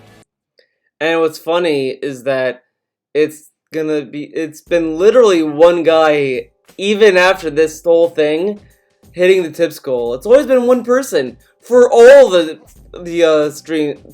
streaks. There might have been like one or two where it's like people actually chipped in, but 100% of the time, or 99% of the time, it's been one dude all the time. So I guess that's it. The vest goal is going to end at 179, which really sucks because I just ordered stuff for the next vest celebration today. I did. I spent over $50, and now I guess it's a waste. But what can you do? He spent over $50. Oh my god, my eyes are burning out of my head. It's almost like you bought a video game. I know I should have waited too, but the thing is, I did the math, and the next event would have been, like less than 2 weeks from today, and I was like, just in case, let me order now, because one of the vests, the blue vest, when I ordered. But the thing that's really dumb though is that he says this, right? Oh, I knew I should have waited. He was supposed to get a new vest for the 150th Vest Week celebration, and he told us that he couldn't find anything. So why not this vest be for that? No, guys, you gotta give me 5K to get this vest that was supposed to be at the 150th Vest Week celebration. That's very fair. I was supposed to come here in 2 days, and it took almost 2 weeks to show up. So I was like, you know what? I wasn't gonna do it because I wasn't 100% sure, but I was like, okay, I guess I'll go ahead and oh, I got a mace. I guess I'll go ahead and order it, just in case it will have it. And then I got screwed over. Looks like it anyway. I killed Phil Cheese and my heart feels strange, dude. Is it the vest stress? Maybe it's the vest stress, yeah. Yes, it's the stress of the motherfucking vest. It looks like. Oh my god, I hate this fucking song. This song sucks ass. For real, man. The thugs on the floor. No hint. I'm outright telling you, I really would appreciate some help via tipping. That's not a hint. RPG fan did 100-bit cheer. He says, every time I tip it says, please try again. I think I might have accidentally been banned from tips. Can you unban me so I can donate the remaining $29? RPG fan, I'm not going to do it on the fly. You need to email me at darksidefilahotmail.com and give me your email address that you tip with, and I can look into it that way. But if you tipped and said troll as shit, you probably got blocked. So that's probably what's going on. Troll as shit, you get blocked. $1. I said, I'm scared of random people on the internet. Help? Well, that sounds like a personal problem. Albert Aponte just tipped me $10. Thank you, Albert, for the $10 tip. I appreciate that. We're now up to $64 in tips. I love the whale calls in another $4.20. Thank you, Alfred, for another tip. I appreciate that, man. We're up to $68 in tips now tonight. Albert Aponte just tipped another $3.30. Thank you very much, Alfred. We're now up to $71 in tips. Why is Alfred Aponte being such a cheap we only have bitch? until the end of this fight and whatever cutscenes. Like, Alfred Aponte is the one that hit the goal, and he's just like doing little bits. $29. Dude, Alfred Aponte, what the fuck, man? Why? Oh, I don't understand. This guy clearly had the money to hit the goal, and he did it in like little chunks. It's clear he wanted the clout, dude. And 30 cents. And you know what's sad? I think I actually talked to one of the whales, and I was like, and I was like memeing him, being like, oh, why are you giving Phil the money now? He needs the money now. And the guy told me, I think it might have been Bitch of a Mercy, whatever. He told me, oh, I just want other people to contribute, man. It's their turn or whatever the fuck. And I'm just like, okay.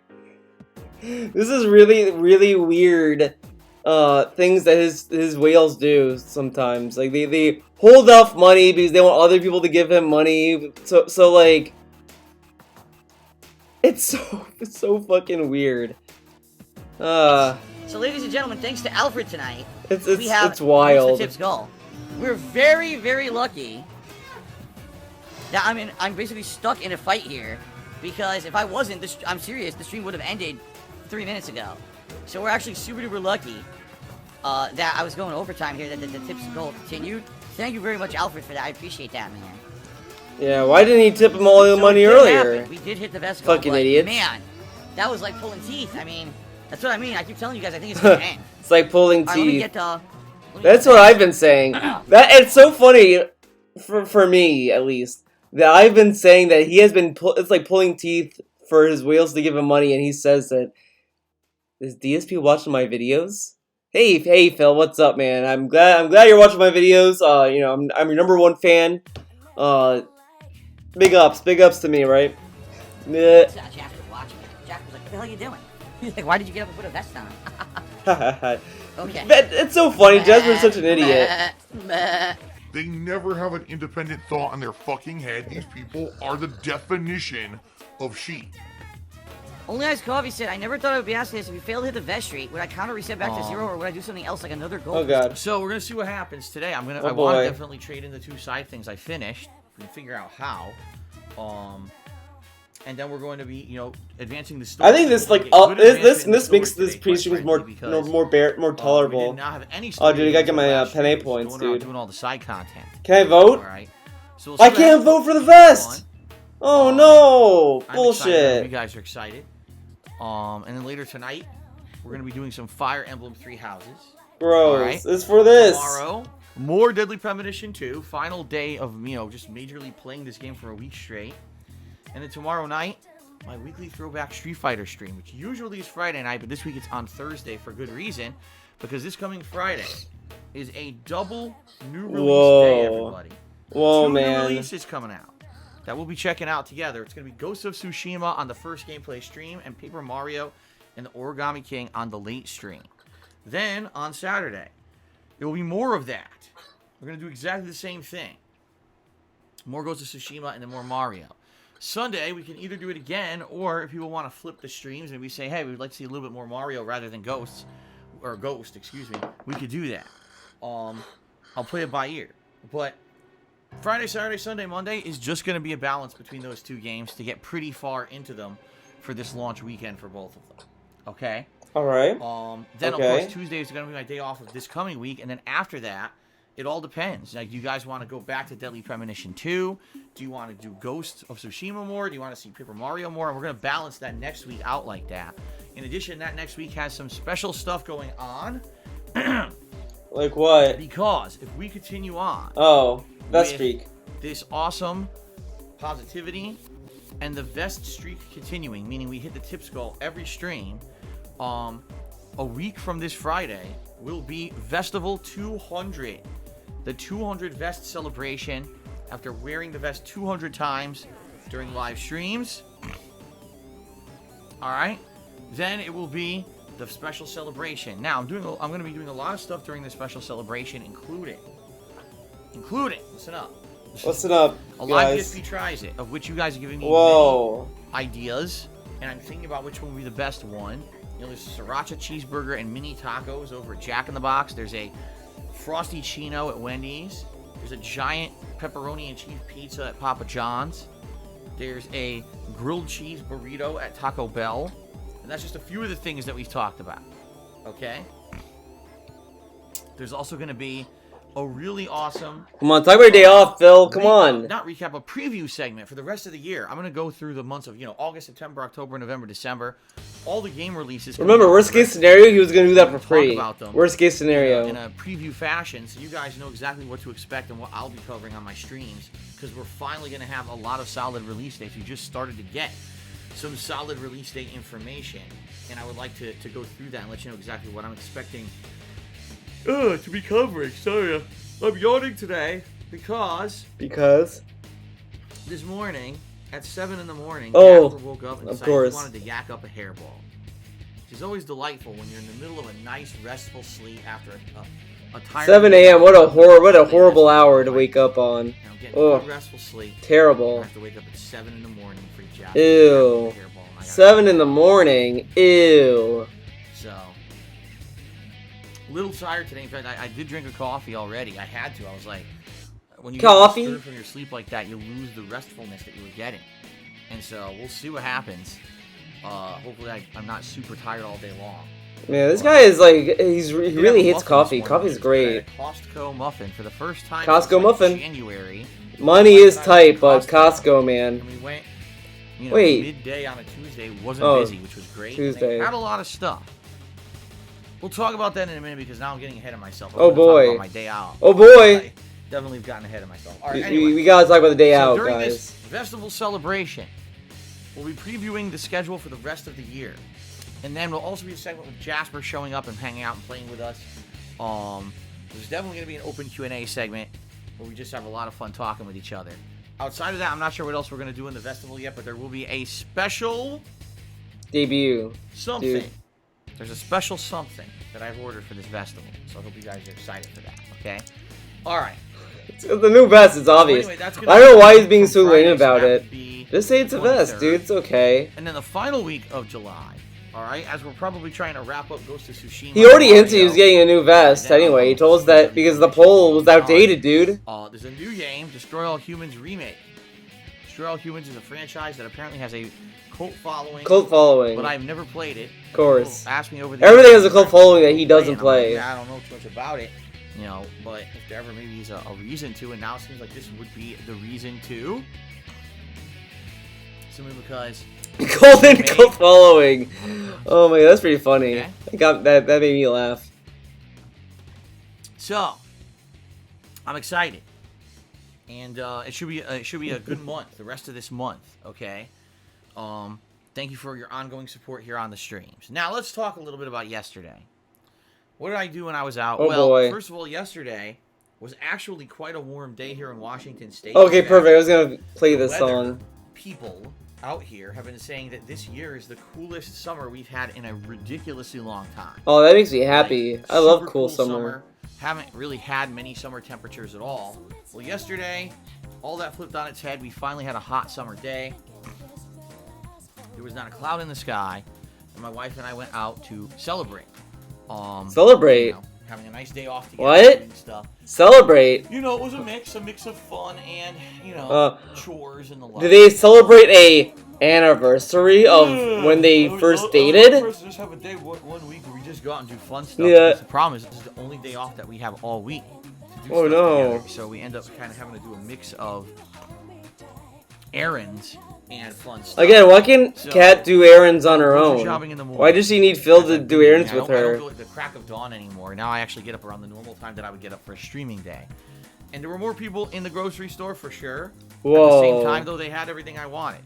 So You're telling me the whole they had... crisis is over. Thank God, because it all started back in March. Oh, don't worry, it can start up again, Phil. Don't worry. It can always start up again. Too, just because of idiots. They're idiots. Fuck you. Okay. Okay, All that Phil. seems to be over with now. You can get whatever you need at the store, which is good. Except antibacterial stuff, like, you know, spray and stuff, still doesn't seem to be around. Which is hilarious. Because Cleaning supplies I is don't still know, they pretty... need to constantly be disinfecting their entire houses or something. When all they need to do is wash their hands. Dude, your house gets dirty! Anyway. Why are they getting outside of that, these I don't cleaning have supplies for their anything. houses? You know, Ah, food with my wife, why? we were out. Wow, this guy I must hate live to in a say it, but dump. Sadly, some places during this pandemic have held up better than others. Let's put it that way. Like my wife and I, in the past few weeks, as things have started to reopen in phases here in Washington State, we've been to a few restaurants where the food was great and everything was good. Yesterday, we went to a restaurant where it was incredibly disappointing. Like, we had been to this restaurant before, you know, more than a few times. Why didn't they order out? The pandemic, and this restaurant had always been crazy good. Okay. We went there, and first of all, they tell us, oh, we used to serve this bread, complimentary bread, that you would get no matter what. Oh, we did away with that. That's discontinued now. You can't get it anymore. I'm like, well, can I buy it? Almost you know, every for it? restaurant We really does love the that. bread. No, we don't have it anymore. Do you have anything similar? Nope, we did away with it. Oh, okay. Is that So then Bed we order our Bunny dinner, and used to be you get like either super salad and then two sides with your dinner. Someone else. Nope. Now you just get. Oh, there's the choice Bad of Bunny two emo. There we go. Like, so, wait a minute. So that means I can get just two sides, or I can get a soup or a salad and a side. Yes. So they reduced the number of sides you get, but they didn't reduce the prices of the meals. Wow, how many sides do The you meals came get? out and they were terrible. You know, my wife said her Wow. meal was super dry. How many sides did this guy My get? meal, I ordered. Oof. I tried to not go crazy, so I just got fish and chips. Right? I'm gonna get some fish and chips. Okay. Well, when it first comes out, it kind of looks good because it's 4 pieces of fish, like battered fish. I cut into it. I swear to God, it's all batter and air. There's like almost no fish in this thing. Dude, And I'm why like, do you get fast food seafood? That's like the worst thing you could do for seafood. Oh my god. And I'm like, seriously, I'm like trying to scrape out the few tiny pieces of fish Oh. that are in the middle of this thing. And I'm like, I haven't had fish and chips in a long time. Dude, the best thing, When I'm in the you have mood to for buy it. fish. You And have to buy. it's You summertime, go to a summertime go to food, a I'm store. like, oh, man, fish Hell, and go to chips Whole are Foods if you good. must. They're kind of in the summertime, Get they're like gonna have salmon, or whatever there. bad. You take it home, you put that shit in the weird because some oven, other restaurants and we you have a went to, good no time. lie, And you it get almost feels tasty like their salmon. quality went a step up You don't go to a during fucking this pandemic. Like maybe they really the were hurting their worst. business, and they were like, man, we really want to present the best food How dare possible you. in order to get butts and seats, right? Butts and seats, dude. And of course, But remember, money is tight. You guys gotta pay for the taxes. Completely the opposite. The food was just bad. So I guess he was just angry very tweeting disappointed. And then also, after the food. You know, they give He you a must have drinks been. menu. No, it was his And you're depression, like, okay, dude. well, I'd like this. Oh, we don't have that. Wait, Oh what? my You just God. handed me a drinks menu that has this on there. We don't have that. This Can I have guy one? We don't have that has one a bad either. I like was like, well, food what do you experience, have? and he goes on they Twitter walked- I'm serious, and the takes it server out on walked to the people. manager, You know how fucking and petty they and sat there for baby 5 mode that minutes is? 'cause they didn't know. It's the same thing with And then they finally came back and said, okay, we have, Streets like, of half of the Decay, menu. State I of was like, Decay, all right, Streets this of is Decay, States of So it's Decay. weird because so it seemed like He had a some bad places day, seem and to then he be went on doing Twitter all right, and or at least complained are about people really making getting an effort games early. restaurant-wise to improve. So he had a to bad get day people back yesterday, after this pandemic lockdown, and others just seem he to have tweeted fallen about apart Last at of the Us seams. 2. So we ended up What having is a wrong really with this disappointing guy? dinner yesterday, especially for what we paid. You know, this is a place that usually we would go there and get a great quality. You know, like I said, free bread and all these sides and things. And it was just like, well, I don't think I'm coming back here at this point. It was such a bad experience, you know. So anyway, that was one thing. Now, also, while we were out, we went to Costco for the first time since January. Because, you know, it was January when we last did a big group shopping trip. To, you know, when you go there, you buy all the commodities, right? You buy paper plates. Really? buy January? paper You were there? towels, you Whatever. buy, Fuck it. You know, toilet paper, tissues. And then you could buy big bulk frozen things. Like we would buy big ass bag of frozen vegetables. And you use that to make like stir fry stuff with. Okay? Well, obviously during the pandemic, that was the last place we wanted to go. We knew it would probably be crammed wall to wall with people trying to buy stuff on the cheap. So we purposely waited a long ass time before going back. And surprisingly enough, they had almost everything. It didn't seem like they had full stock on everything, but they had almost everything that normally we would go for. Again, the one exception is that they didn't really have like antibacterial anything. Like normally we would go there, we would get like maybe Clorox or Lysol wipes or some kind of disinfectant, you know, cleaner for the house. They had none of that. That's like peripherally, eternally, always on back order. No matter what, they don't have it. No matter what store you go to.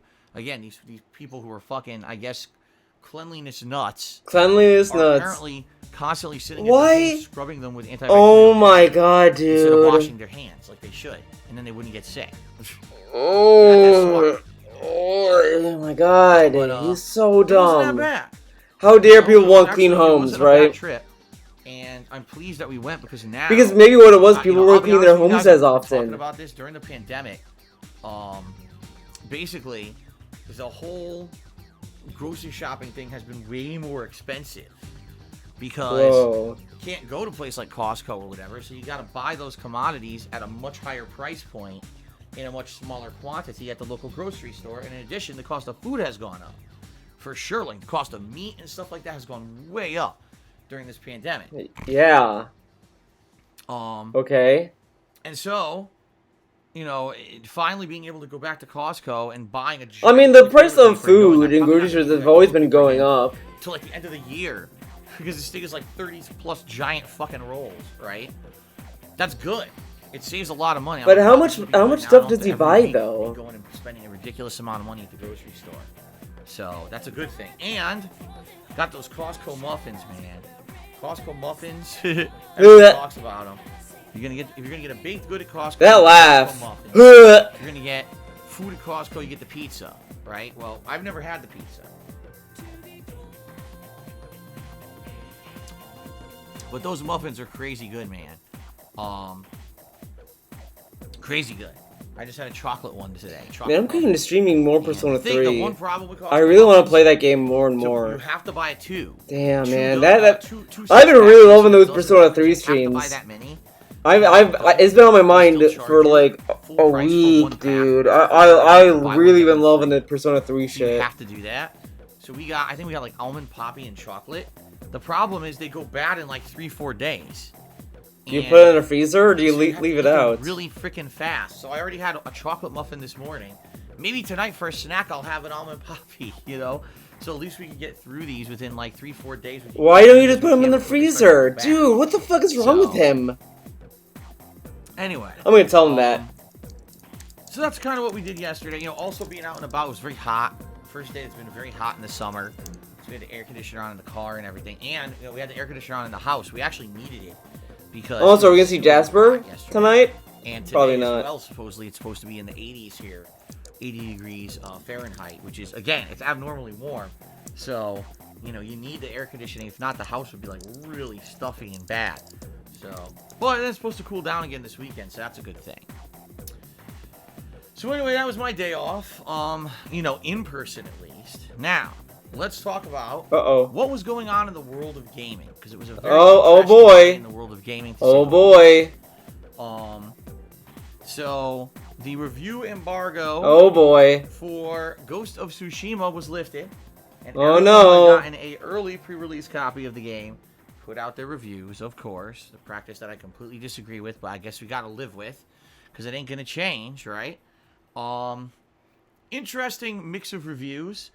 Most reviews very positive, saying that the game is quite good. Some reviews more conservative.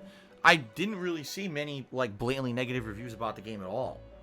It was either like kind of moderate to good, very good. So is that so that's what you want, right? Things that people are saying are good and bad about the game. The good things are that basically this was actually interesting to me because this one actually made me feel very hopeful for the game. They're basically saying this game plays like Assassin's Creed, old school Assassin's Creed. So let's say I love that this song is playing as this is going on. Oh my god, I'm so glad I decided to do this. I might do this for upcoming streams and videos, guys. Have the Persona 3 soundtrack play in the background. It's like it's a new experience. Craving if you liked the old Assassin's Creed games before they went open world and completely changed the combat. But isn't like Origins. Ghost of Sushi that, in my opinion, open world might be very advantageous for them because a lot of people have been looking for that kind of gameplay, and we haven't gotten it because Assassin's Creed. We just talked about this the other day.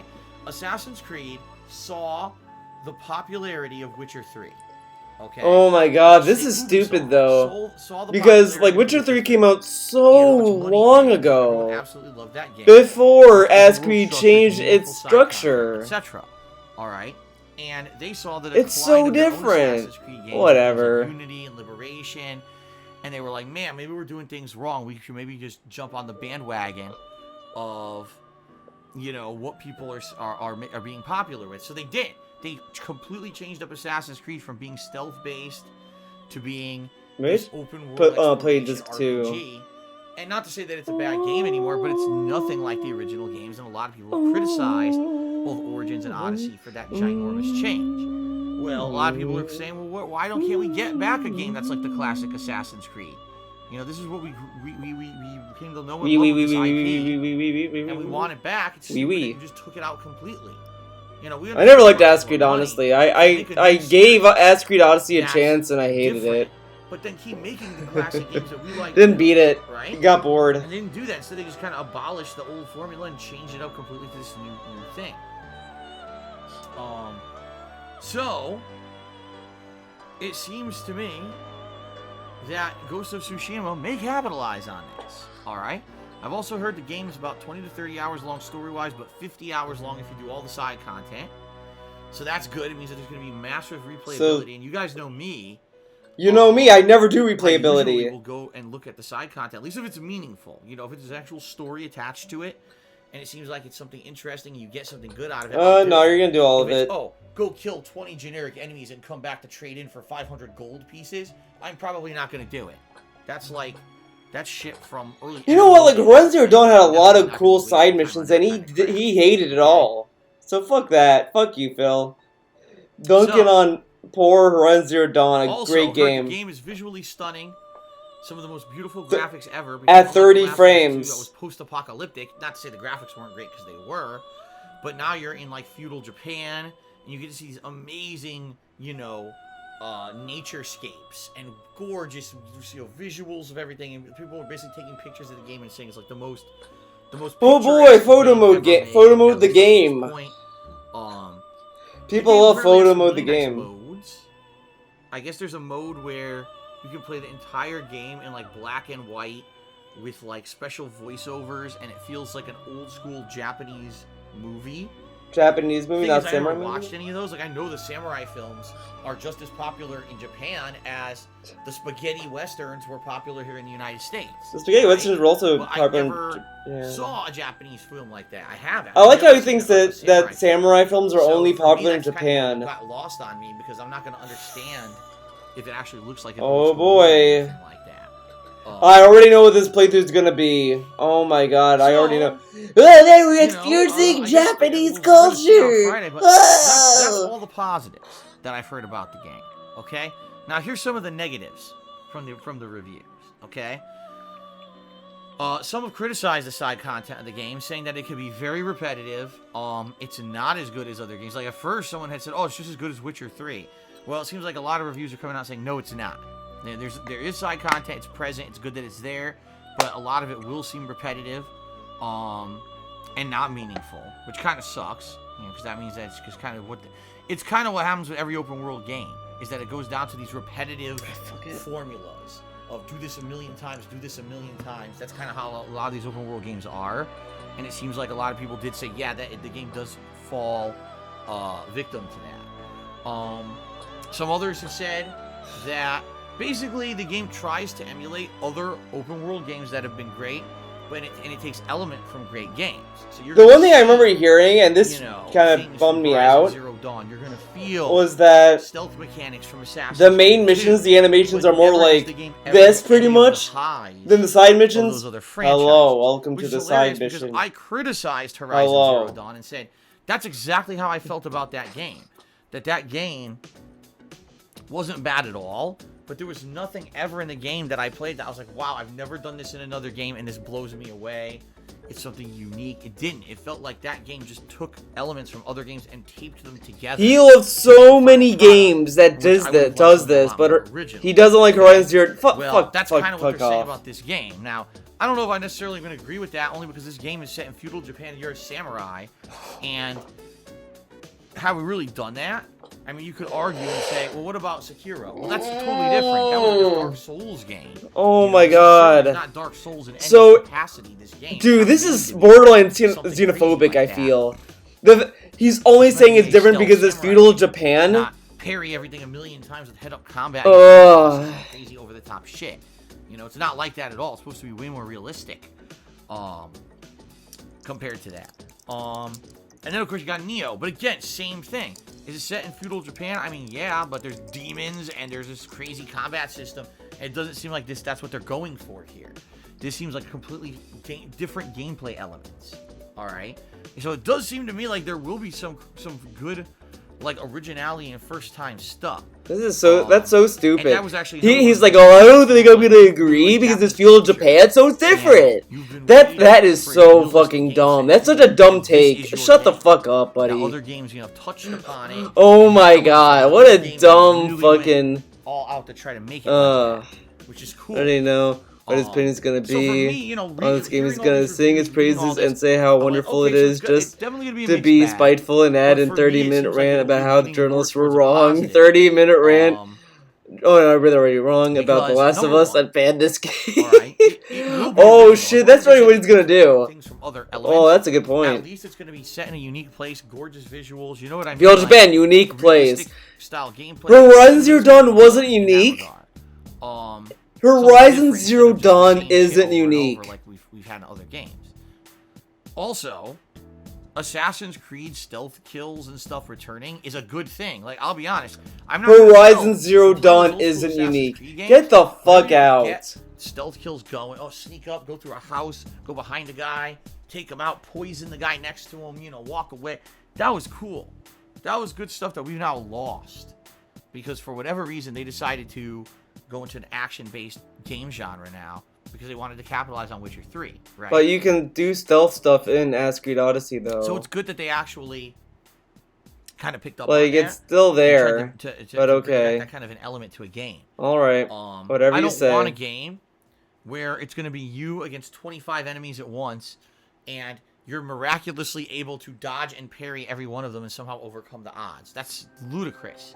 If this game's going to be realistic, then it needs to be, okay, you really gotta take advantage of your environment. You got to try to sneak up, take out as many as you can. Yeah, maybe you have to do head-up combat on a few of them, and that's fine. But not ridiculousness of, you know, gung-ho fighting a million guys, right? But isn't that fun, though, when... I don't know. We'll see what happens. He But talks about how here's the thing, and I did say this whatever. Caused Oh God, here we go. I'm just gonna briefly cover. Here we go, briefly. All right. Briefly. Reading the reviews of Ghost of Tsushima and how the mainstream media, who all got early copies of this game, treated it and reviewed it, I will say this: it seems to me, in general, this game was reviewed very fairly. All right. When I'm actually reading the reviews and watching the video reviews and I'm looking at the scores for Ghost of Tsushima, it seems like people approached this with a level head. They actually had no... Oh, wow. Dude, I elaborated on what he said. I had to look back. And say, okay, you know, here's what we experienced. But this is such a dumb point to have. Why fucking care about the Last of Us 2 reviews? Like, I'm just... With repetitive style gameplay. Like, if you don't like them, then okay, cool, good for you. But, like, why make it such a focus, man? 6 out of 10. While other people were like, you know, it didn't bother me that it follows that formula because there was enough uniqueness to it that it felt like it was a new game. I didn't feel like I was playing the same games again from the past. I like how he wants 9 out of 10. Early reviews to be fair, but then he always uses whatever. So, that being said, I'm reading the reviews. I'm like, this seems pretty fair. And then I'm like, gee, so I'm sorry, but I gotta call this out. What happened a month ago, man? What happened with The Last of Us 2? Seriously.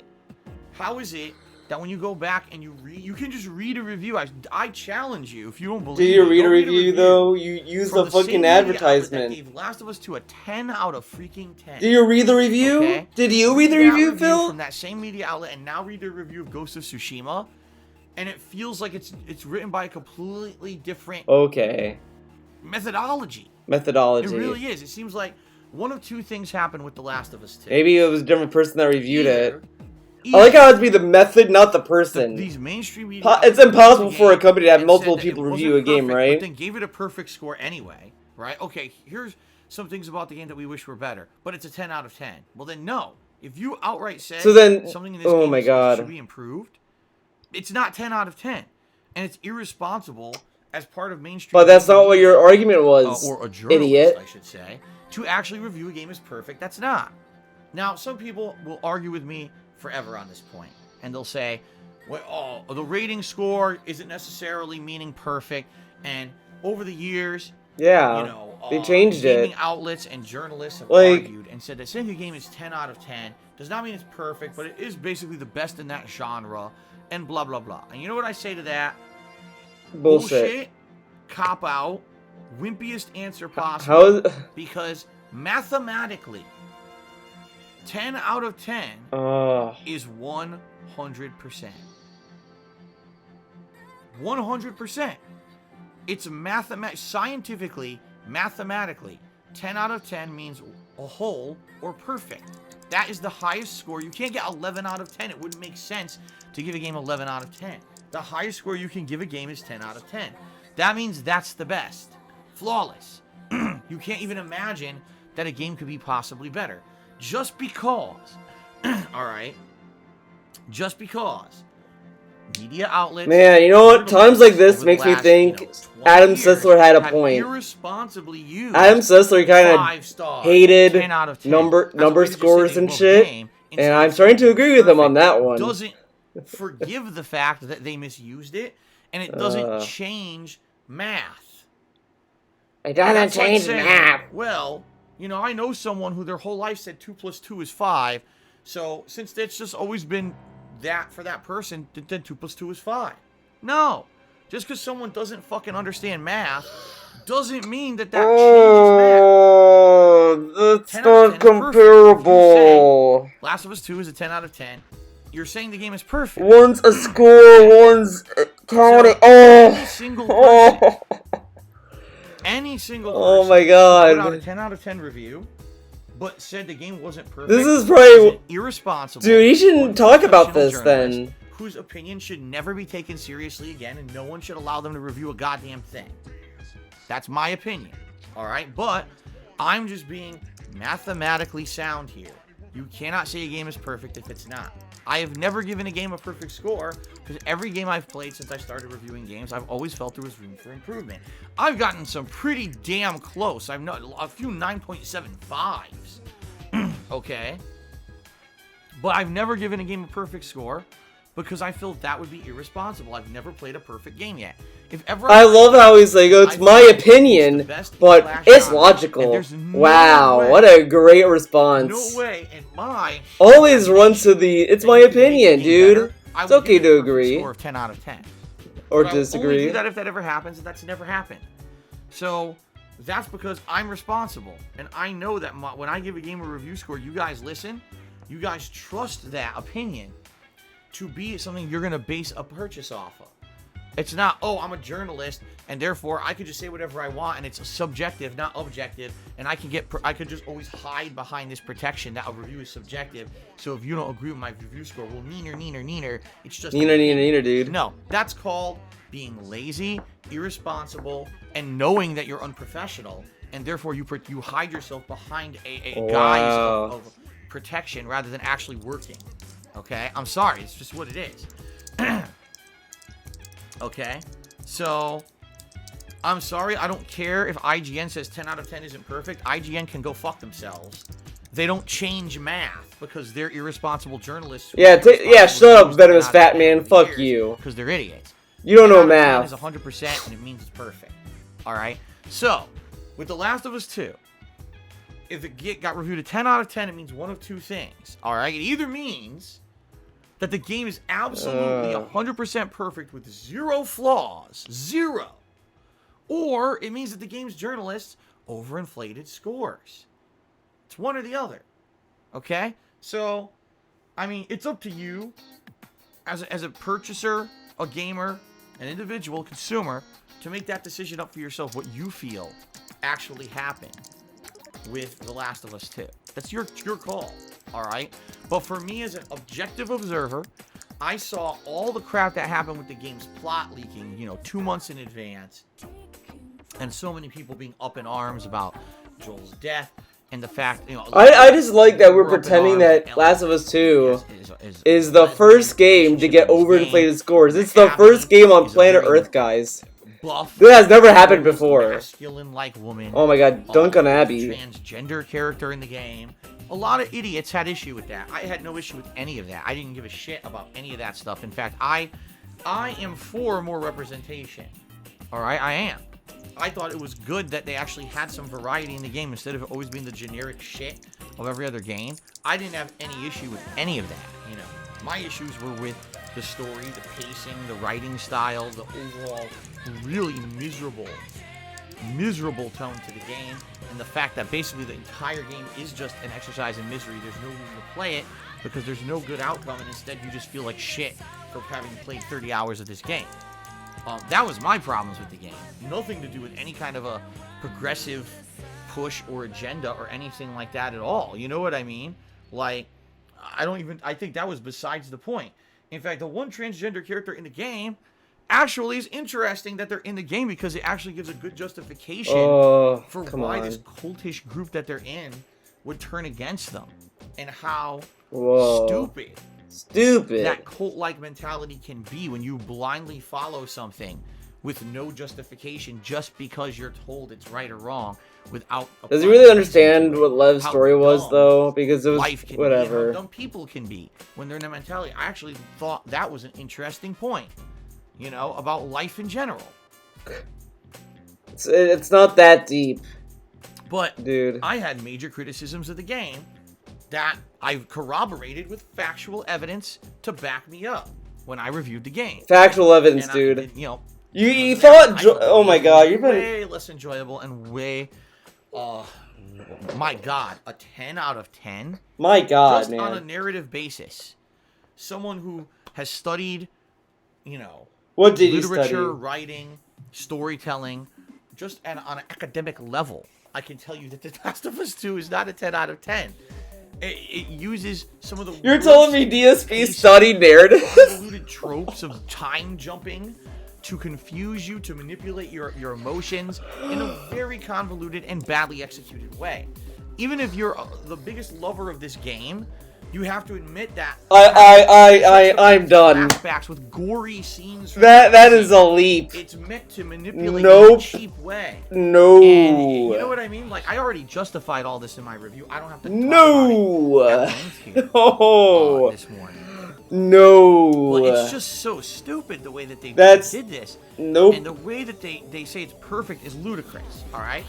So here's the thing. You look at the way The Last of Us... Remember, he was not going to harp on this. Alright? And then you juxtapose that with the way that Ghost of Tsushima is being reviewed this month. And you would think that the entire process of reviews were completely different. Like, Last of Us 2, okay, well, let's see here. It's Neil Druckmann, and it's Naughty Dog. And we know, we get early copies of games from these guys. We're really in the good graces of Sony. And, you know, oh my god, it's got a progressive narrative with a lesbian main character and a very non-stereotypical other female main character. It does something with the plot that's never been done before, where you basically play the villain for half the game, but then they humanize the villain. And, you know what I mean? Like, they look at all these things, and instead of objectively reviewing the game based on entertainment value, quality of the game, which is what you should be doing, it's a fucking game. These games journalists judge it as being a work of art. Okay, well, artistically, it's nice. So they Wait, can't what? they It's can't look supposed at to it be like a that. video game, Remember, It's not a DSP fucking complained that painting. games are art now. right? There's art elements to it. That doesn't mean you rate it perfectly because it did something different. Oh, That's this what I really guy's- feel, is that when they all reviewed this game, okay, they reviewed it in light of it being different or artistic, and they were pushing an agenda. What was the agenda? Well, we want more artsy-fartsy games that break that. Oh, you know, artsy try and do fartsy's something agenda different. now. And we feel that if we kiss this game's butt, well, Sony and Naughty Dog are now going to like our ass, and they're going What? to send us everything else Wait. early so we can continue. Push to the get artsy fartsy clickbait agenda, garbage. You know, we can continue to have and that, then that so good Sony relationship can with give. them. If we actually criticize this game, we jeopardize that relationship, and therefore we may not get early copy to review anymore. We may not be invited to the press event. We mean, you know what I mean? And it's actually funny because I say that, and you think, oh, that's a conspiracy theory. Actually, no. There was actual factual evidence that this happened, because there were a couple outlets, and one of them that actually publicly talked about it was a what did they call, Vice? So they reviewed the game not overwhelmingly positively. Now, Vice doesn't give number scores to their games, but essentially they criticized The Last of Us 2 heavily for a lot of the reasons that I've actually called out. I think there were a few other points that they had as well. What? All right. But they called them out in the review and said it's not a perfect game. Here's the flaws. Naughty Dog and Sony, I forget it was Sony or Naughty Dog, one or the other, contacted them behind the scenes and actually had the balls to ask them, why did you say negative things about our game? We don't agree with you. They actually said they gave them a copy of the game to objectively review it, and then when they objectively reviewed it, they were told, that's not right, you fucked up. Why did you do that? Like, it's like getting called into the principal's office. I heard that you've been doing some bad stuff, Jimmy. So what do you have to say for yourself, Jimmy? To which I guess the person from Vice was like, why am I getting this? And they basically wrote back and said, well, I thought in my review I had justified my points, but here's my points and here's my justification again. Dude, You know? dude, just It's like, bail. huh? Stop, Well, stop, how please. could they do that? Now, by the way, where's the proof? It's all right there. It was covered. There were articles about it, but they were swept under the rug.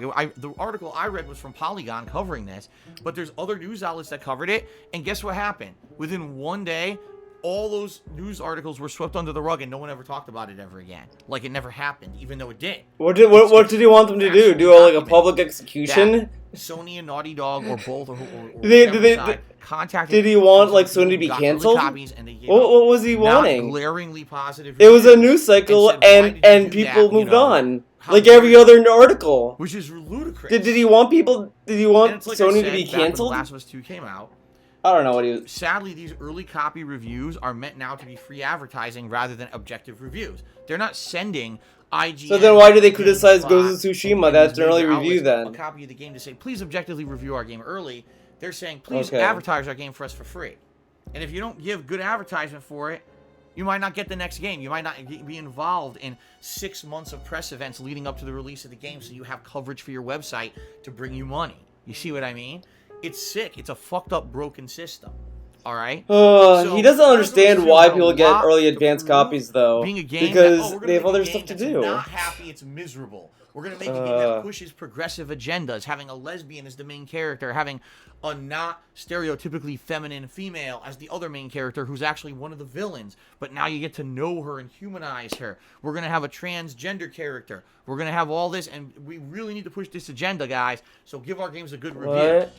And then people who didn't basically got yelled at and screamed at and disciplined, talked to like little children by Big Papa Sony after they did that. So here we are a month later, Ghost of Tsushima comes out, and it's a completely different situation. Oh, Ghost of Tsushima is not perfect because of this and this and this. 7 out of 10. Wait, what? Wait a minute. Whoa. A month ago, you said Last of Us 2 is 10 out of 10, and you criticized it but gave it a 10 out of 10. This month, this game has some flaws, 7 out of 10. Wait, what? I like how does that work? he complained about a game getting overinflated scores. That's what I don't understand. They get That's an really over. what I don't understand is how Whatever. the media can treat what's supposed to be the same process as a different process and just completely change the whole methodology of how they go about it. It's fucked up in my opinion, you know? It is, because I'm not saying I haven't played Ghost of Tsushima, but all I'm doing is objectively reading one review versus another. And when you read one review and you read another, and they read almost exactly the same for two different kinds of game, and one says 10 out of 10 and one says 7 out of 10, there's a problem. Because people believe that. People read it, they believe it. Half the people won't even read the fucking review. They just look at the number score because they're lazy. So now you have people who think that innately, Last of Us 2 is way better than Ghost of Tsushima because you had an agenda last month when you reviewed that game so over the top.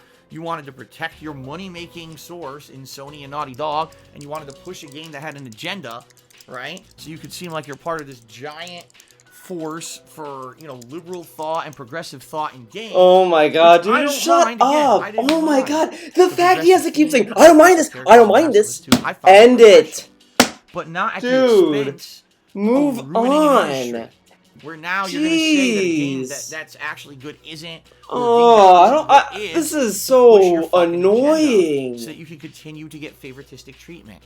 That is ridiculously unacceptable, in my opinion.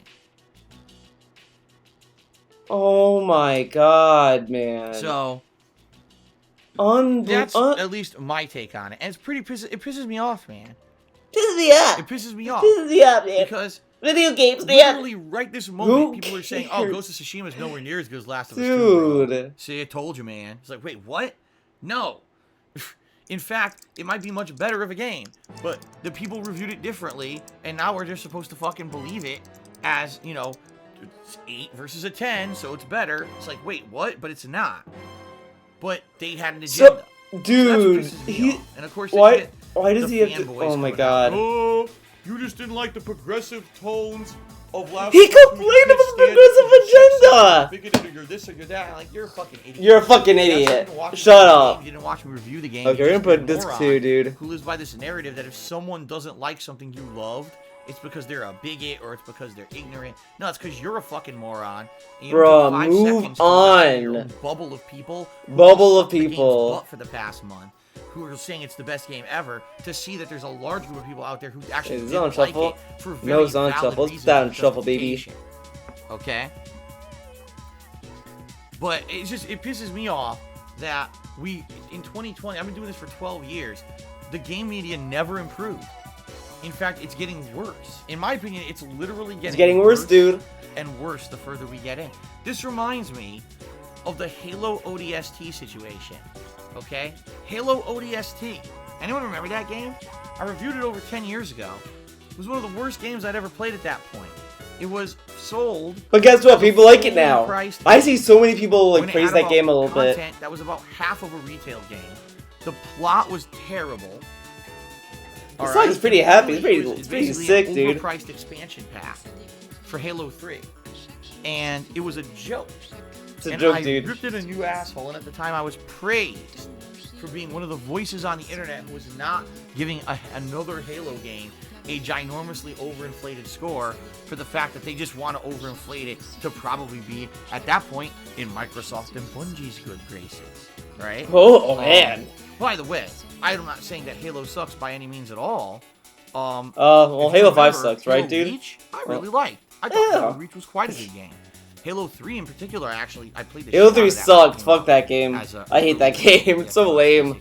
But Halo ODST was It was insane. okay. I didn't really Let's beat it milk though. $60 out of our fucking fans, you know. Reach was And Reach the was game rad. reviewers were reviewing it, no lie, 8 to 10 out of 10. Even though the game was terrible. It was so short. It was such a fucking ripoff. But because at that point, we got to be in Microsoft and Bungie's good graces. It was kiss that ass over and over. This is the same situation. It's not fair that Last of Us 2 got overinflated. It's not fair. Scores. Now every other game this year will Okay. actually be reviewed fairly, but they'll all have less than 10 out of 10, and everyone will just say So- Last of Us 2 so is the best then- game of the year by default because it got better Okay. scores on an aggregate scale from the trusted, approved journalistic sources. Fuck all that shit. Now the thing is, a lot of people are very smart, and they know better. They know not to trust these bullshit mainstream review scores. They know that they're horse shit. Oh wow, what a walk back. He goes he said, "This is so stupid. People are not gonna compare the game to Last of Us 2." And then he says that people are not gonna like, oh my god, this guy is so fake. All that rant just to end with that. Fuck off. I'm gonna forewarn all of you right now about something, okay? There's a lot of content creators out there that get this stuff early, and they make giant bank on that. All right, they'll get a game 2 weeks early. They actually film their entire. Oh, I don't want to get banned. I want to see the chat at least. But he got Extinction for They know free. they're making thousands of dollars on that. Did he get thousands for They know Extinction? that when they release that playthrough, or eventually when they stream early, Okay. they know they're making bank. So they're either going to withhold their negative criticisms of the game for review embargo purposes, or they're just not going to say anything negative about the game because they want to make money. And when they push a game positively, What if these people they get stream and viewership and it's not about them and more reviewing the game ongoing during the repeat stream? views than They if might the just be same chilling game with their is chat, so so good. they play whatever. So, for example, Whatever, The Last of okay. Us Part 2. There's a lot of people who just literally played the game and kissed its ass constantly, despite the fact that they didn't actually like the horrific gore and the things that were in it, because they felt if I just keep saying it's good, people will keep coming out. And they did that, and they made tons of money, thousands of dollars. All right, so understand that if you're gonna find someone who's going to be someone to trust, you got to find someone who, oh my god, getting that early copy of the game and putting out that playthrough early, that's my life's blood, and that's how I make my business model, right? You can't depend on It's so it. lame that Those he's people shitting are on not other trustworthy. I'm not saying all of them, I'm streamers. just saying, how can Like, you come trust on, someone man. who literally the reason that they make money is because they get a game early and they play it before everybody else, right? How? You can't. That's gonna, you know what I mean? That's gonna be someone who innately has a bias installed in them to say a game is good, so they continue to get that advantageous treatment. You know? So, and by the way, you notice I'm not saying trust me. You don't have to trust me. I'm saying just find someone out there who's legit. Oh, this is so enjoys games, lame what cares he's about you as doing, a viewer, and dude. wants to be honest with you. Like, And it's come not just me. on. There's lots of people out there like that who are these big wig idiots who get the fucking game Big so wig early idiots. and make ridiculous money off. Yeah? That's you can't. And that's really the two problems of this industry are journalists who don't take it seriously and at a whim. I love will that he's saying that skew a journalists score don't for their take own stuff personal seriously benefit and when hide under the guise he has of, been it's a telling us he subjective didn't. opinion, so I can say whatever I want. Dude. This guy is saying that people didn't take playing games seriously and all that, right? When he started doing YouTube, you know what what he told us? When I started in YouTube, I didn't take it seriously. And during that period, you know what he did? Game reviews. Huh. Pretty weird, huh? That's my take on the whole situation. I read these reviews for Ghost of Tsushima, and I'm like, these are good reviews. I wish we could have had these reviews for Last of Us 2 last month.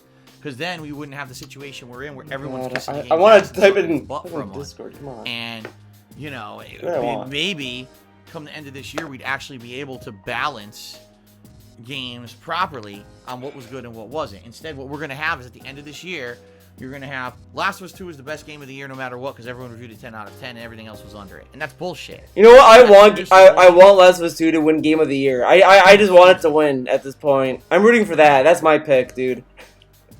Just so we can get more rants from Phil. So, folks, that's my opinion. You can disagree with it, and that's okay. That's my take on the situation. I'm very much looking forward to Ghost of Tsushima this coming Friday. I'm hoping that it actually is, as the reviews say, that it's a return to the old school assassination gameplay that we've missed now for years and years. I like how he tells us that we can look at it, we can disagree, but he tells us how what he said was logical and all this other shit. If it is, okay. if it lives up to what people said about it, I do actually feel that that'll be one of my better games or favorite games of the year. But again, can we trust what we've heard? I don't know. Can we trust them? I guess we'll see come Friday. All right, I'm very excited for this playthrough now just because of this. Okay. He was also excited for the Last of Us 2 playthrough because of this too. Just saying. All right, well, guys, that's all I had to talk about. So I guess we can get to shout-outs now. Okay.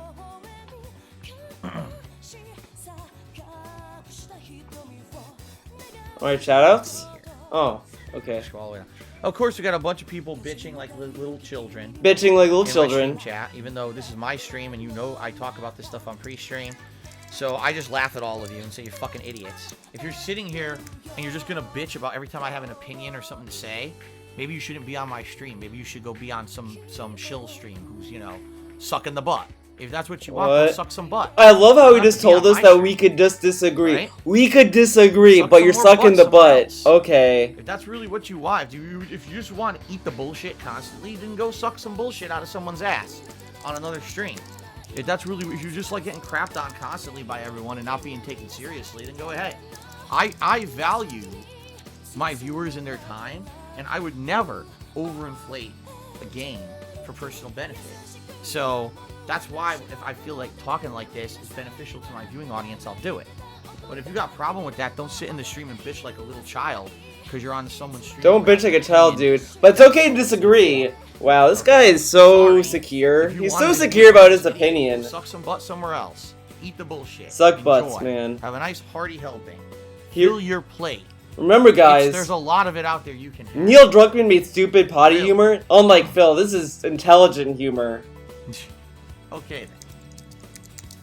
Alright, so let's get to shoutouts. Oh, let's see here. Only Ice Coffee cheered yesterday when I was on break and he said, "Good evening, I hope you and your wife are having an amazing day." You know, we had a good day. There's some disappointments there, as I've already outlined. He just complained about the day off and he said it was a great day. Wow. And also Golden Colts pretty rad, huh? Yesterday as well, which was very nice. Now let's get... excuse me. Let's now get to today. And shout-outs for today. Last Rambo resubscribed for 11 months this morning. And he said, "When you play Ghost of Tsushima in the Kurosawa mode, this is a special mode with a black and white film grain to mimic old samurai films of Akira Kurosawa and adjust the audio to make it sound older with increased wind sound." As cool as that sounds, no. Number one, as I said, I'm not a movie buff when it comes to these samurai He's films. not a movie buff, but he mocked. Oh my god, So, fuck you. I feel that I'm not a movie buff, but really these people are shitting on Last of Us 2 or praising it. You know, if you are a buff on storytelling, in that old style, that's if you love the movies and you want to have a homage to them, great. I'm all get for the that. fuck out of here.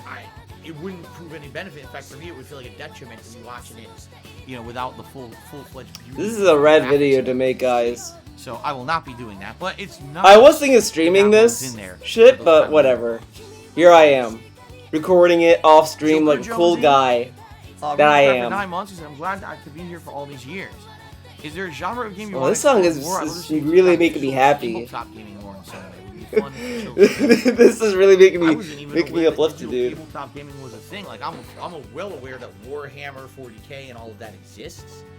But I wasn't aware.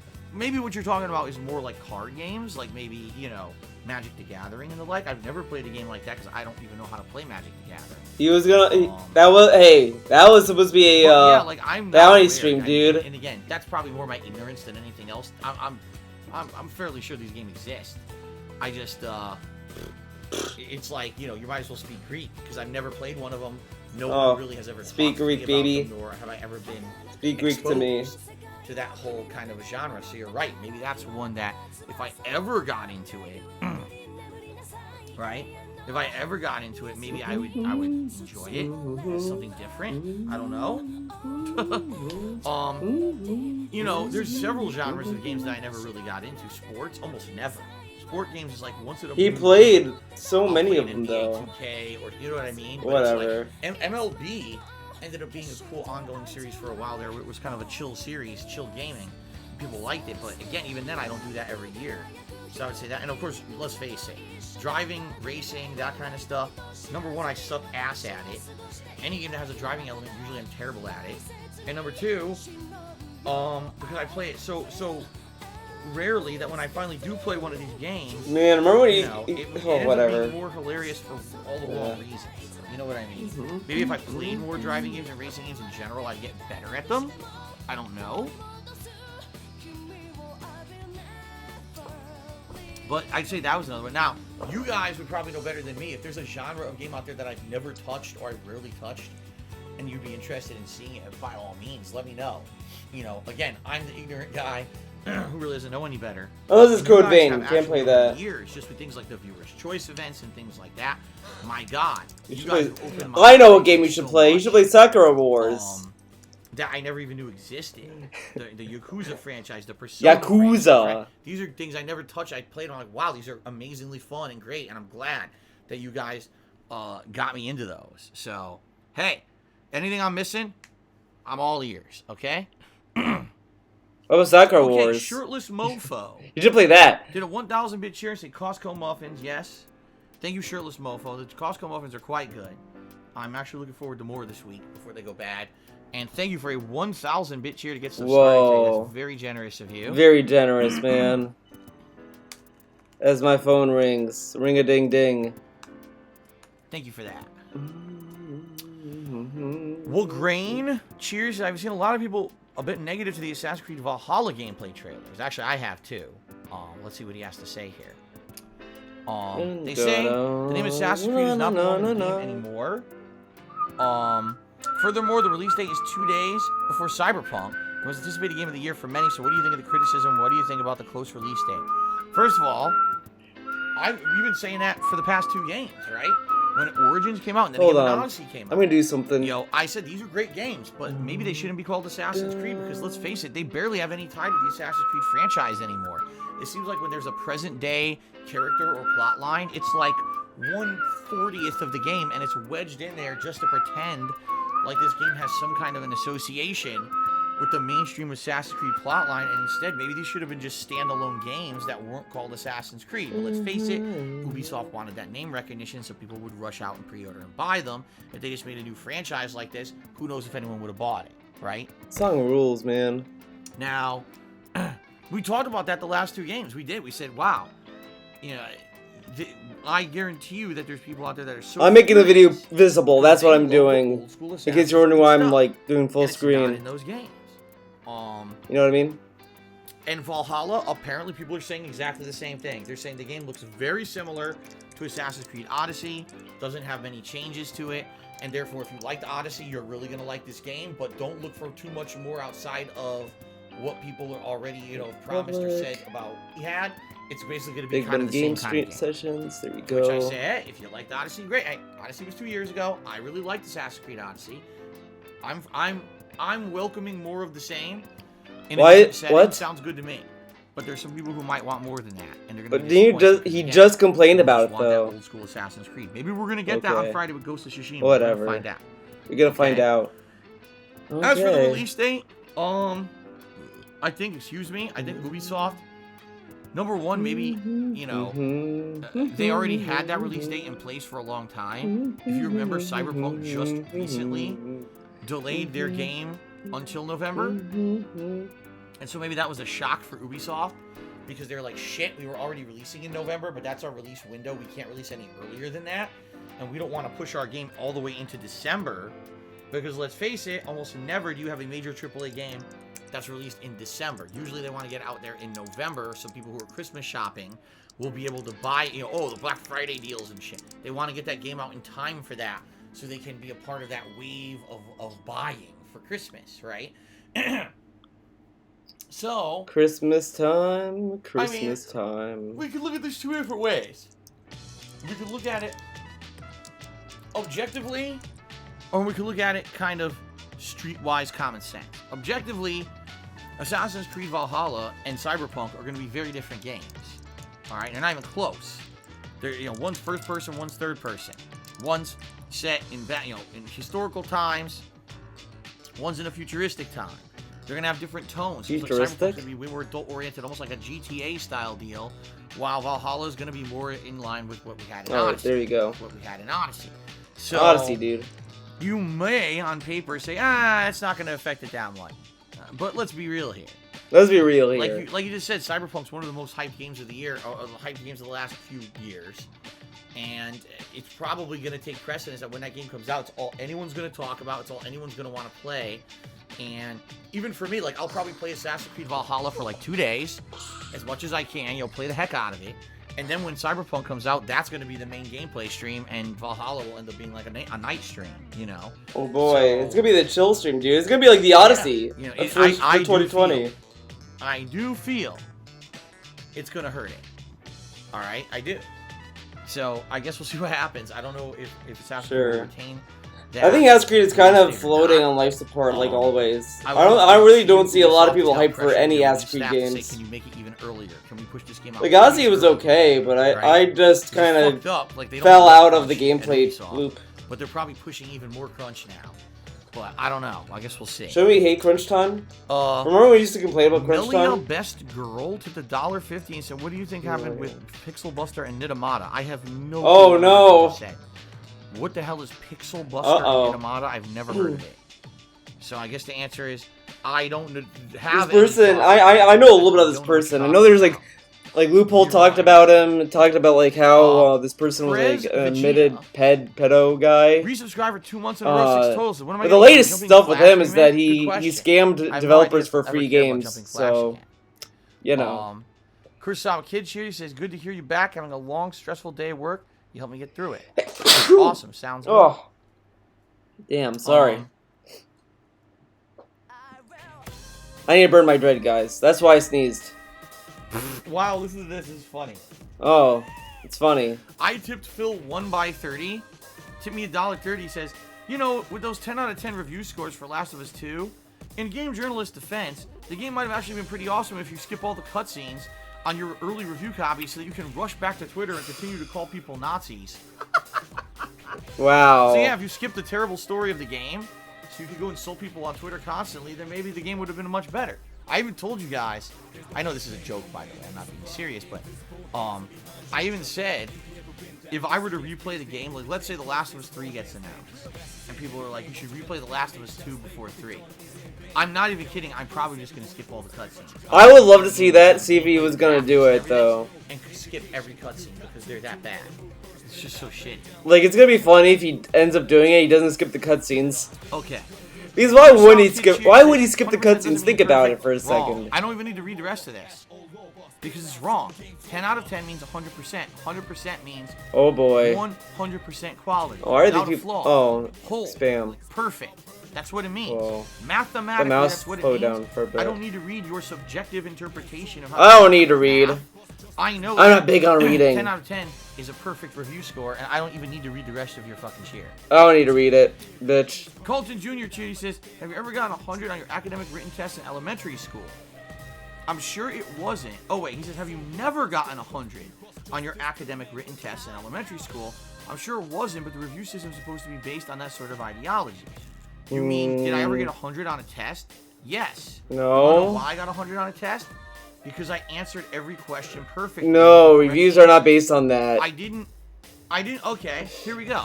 I didn't actually answer 9 out of 10 questions correct, but the teacher said, well, you know, as a person overall, you're a good experience, and, you know... That's so stupid, because one is quantitative. Like, you can, like, I'm just gonna give you factually show perfection. Anyway.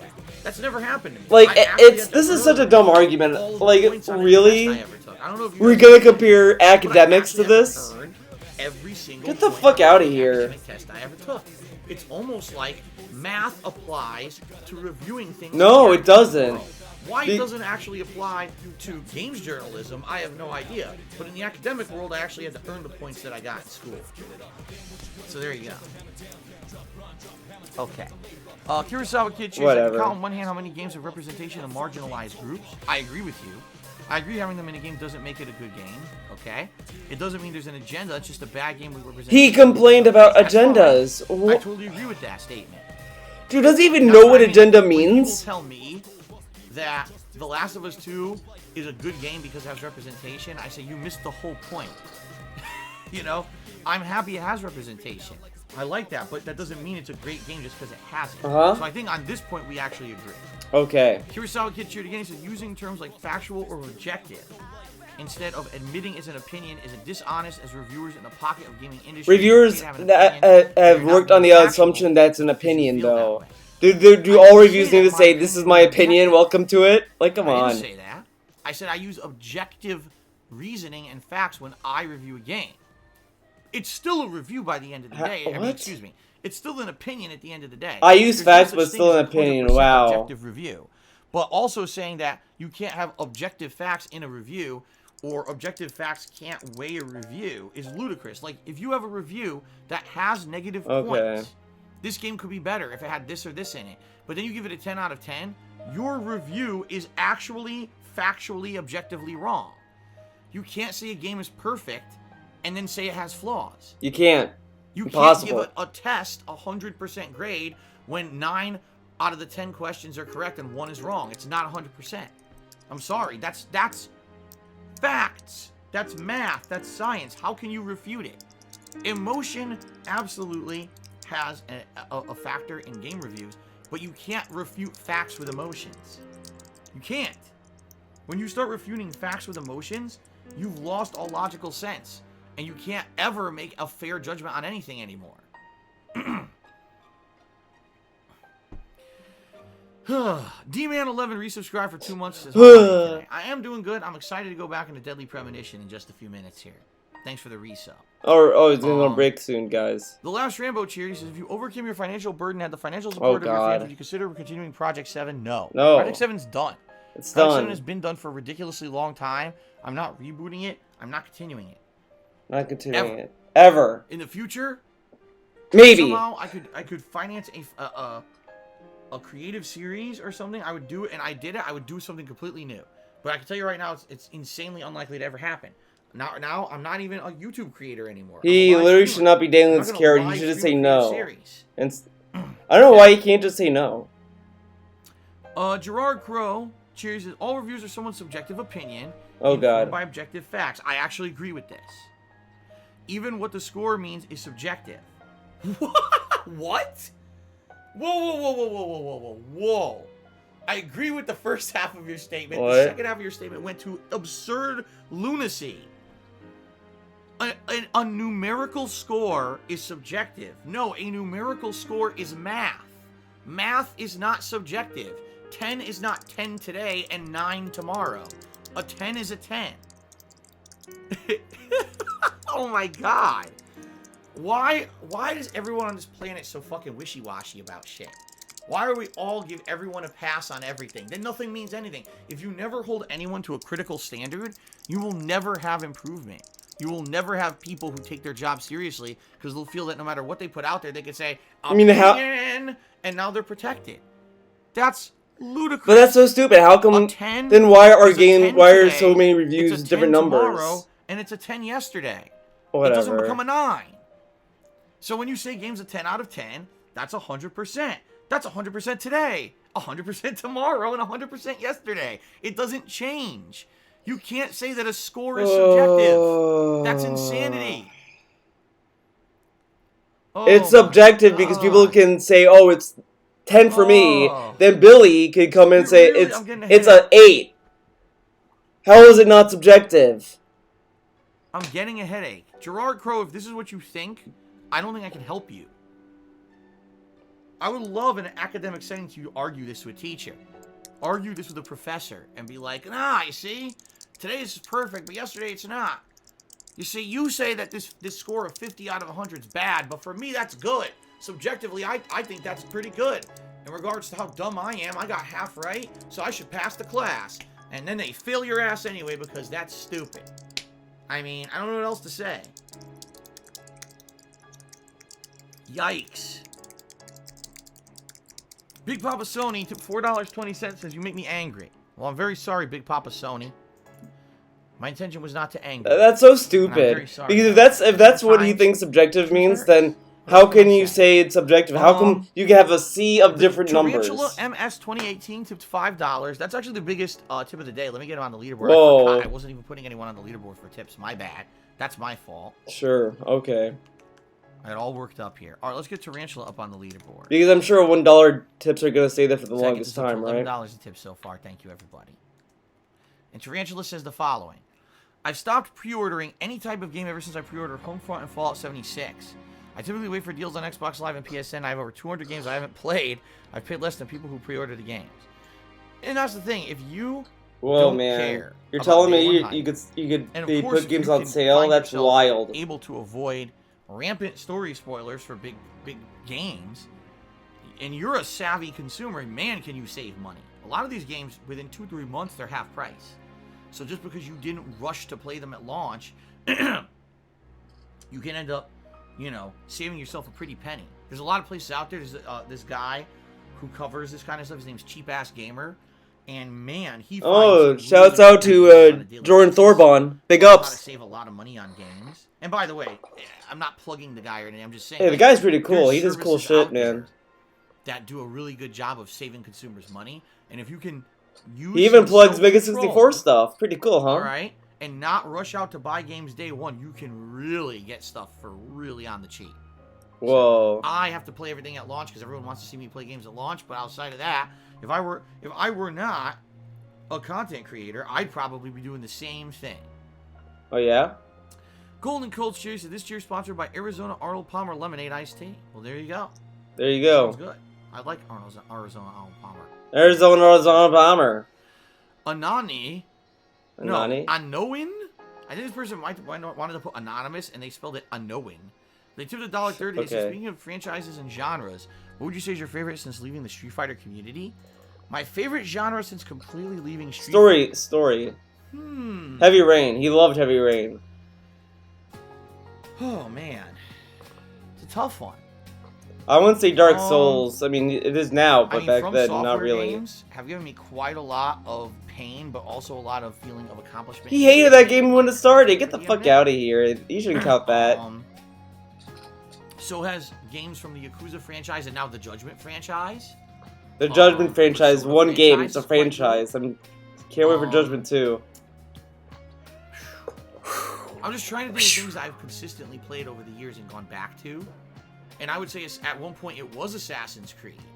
But now Assassin's Creed has changed so differently, can you even say it's the same thing? You could say Assassin's Creed and whatever. I would say BioShock and the Mass Effect franchise were very big last console gen. They died completely this console gen, right? But last console gen, those were... Yeah, because the developer of BioShock decided to close the studio, which was really cool for the nothing else workers. really coming to mind. That's my immediate answer. Oh, I remember that, and I didn't think much of it when it happened, but I think about that, I'm like, you know, that's really fucked up. The guy was like, I want to be in the indie scene, and he shuts down the whole studio. He could just hand it off to someone else. It's so wild. Answer sheet, but the teacher is having to make a judgment call as to whether you understood the material.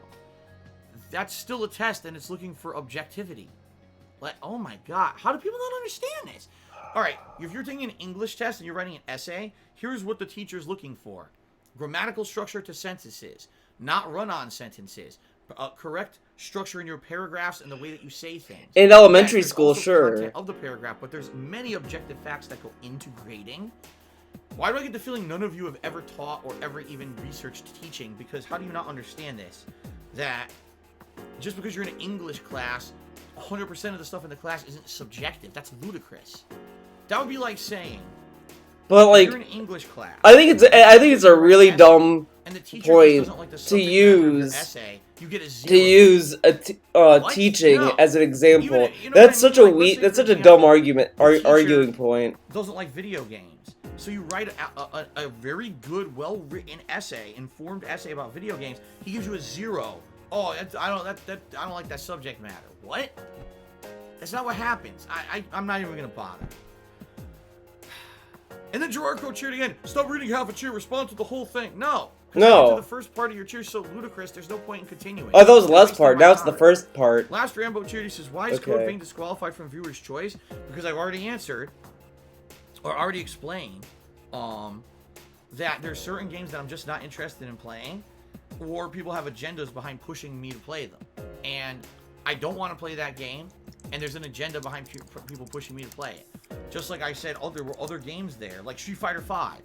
People want to see me play and suffer in this game that I already hate and have told you guys a million times I'm not going to fucking play it. So people keep trying to pretend like they're going to nominate. Nah, fuck that. I'm not playing. Fuck you, Infinite. F55 really wanted Street Fighter 5. Feels bad, man. Eligible, and it says right there in the thread it explains. So he says, speaking of which, everyone should go vote for Metroid Prime 2. Hey, I'm all for that. I own the collection. I believe it's on the Wii. It's either the Wii or the Wii U. I own the collection, so sure.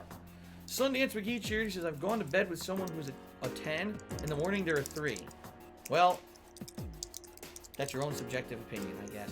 ATS 318 to $1.30 tip. It says, I wonder if changing the rating system to out of 5 would help the situation, because as of right now, a 5 out of 10 does not mean a middle-of-the-road game like it should. Oh Maybe my changing the scale God. would help. What do you think?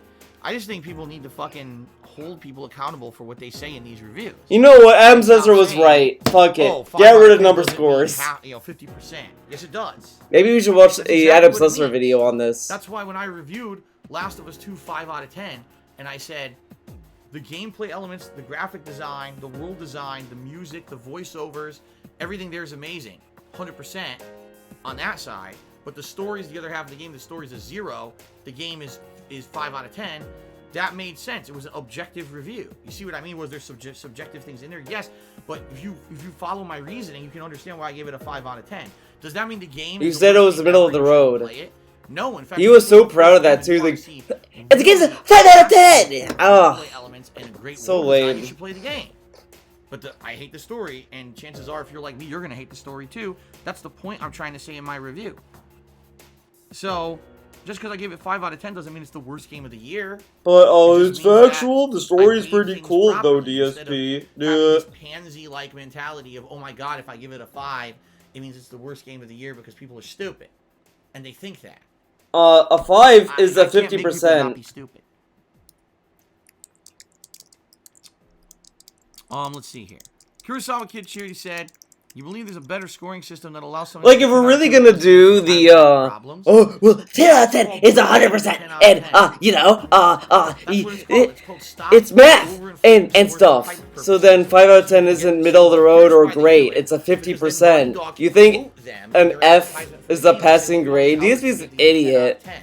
But if you actually read the review, the game says the game's not perfect. This is such so a they dumb claim that the point. review's Oh still my valid, god. but in reality, it's not. His They whole... lie. This reminds me of the Batman They wanna Arkham be Knight the graces of debacle. Naughty Dog and Sony, while still claiming that they have some kind of journalistic integrity, when in reality they don't. Because then they'll argue review scores don't mean anything. Well, then that means your reviewing is nothing, which means you're worthless as an outlet, and we don't need to ever read you. Light side Hank. So you should just shut down your business. Okay then.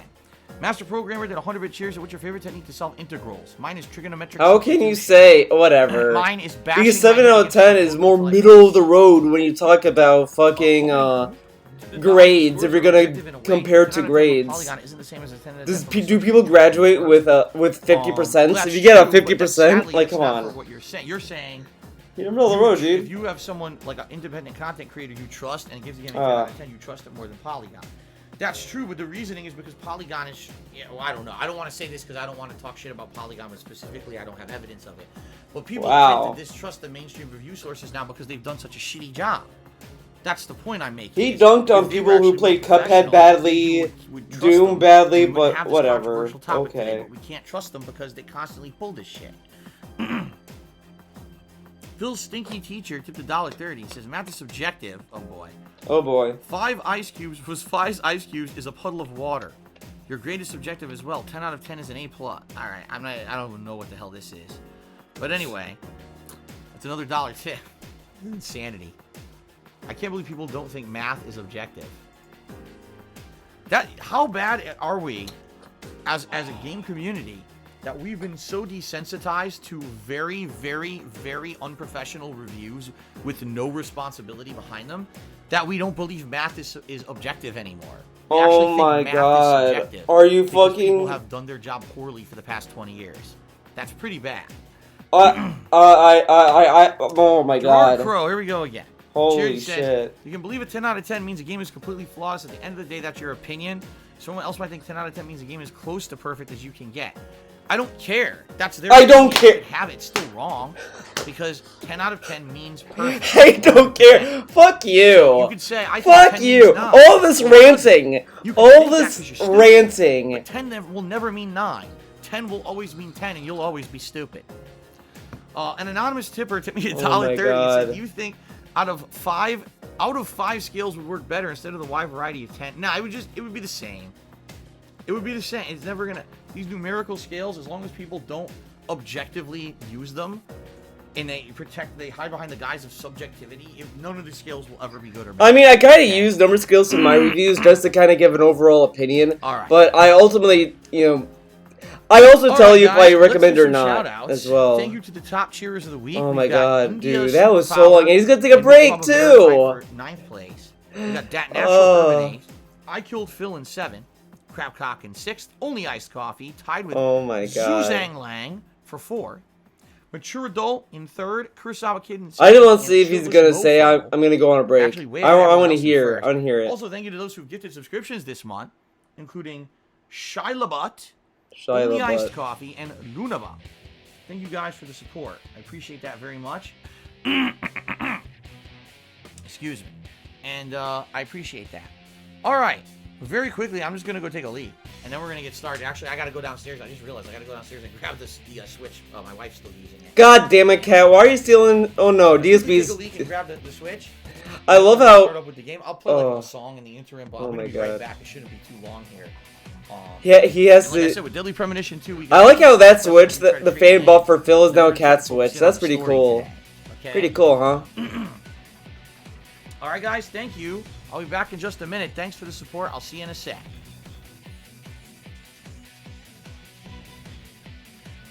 Well, that was a pre-stream. Alright. Alright, everyone. Thank you for watching this video. We had cool music to accompany us, which is always nice.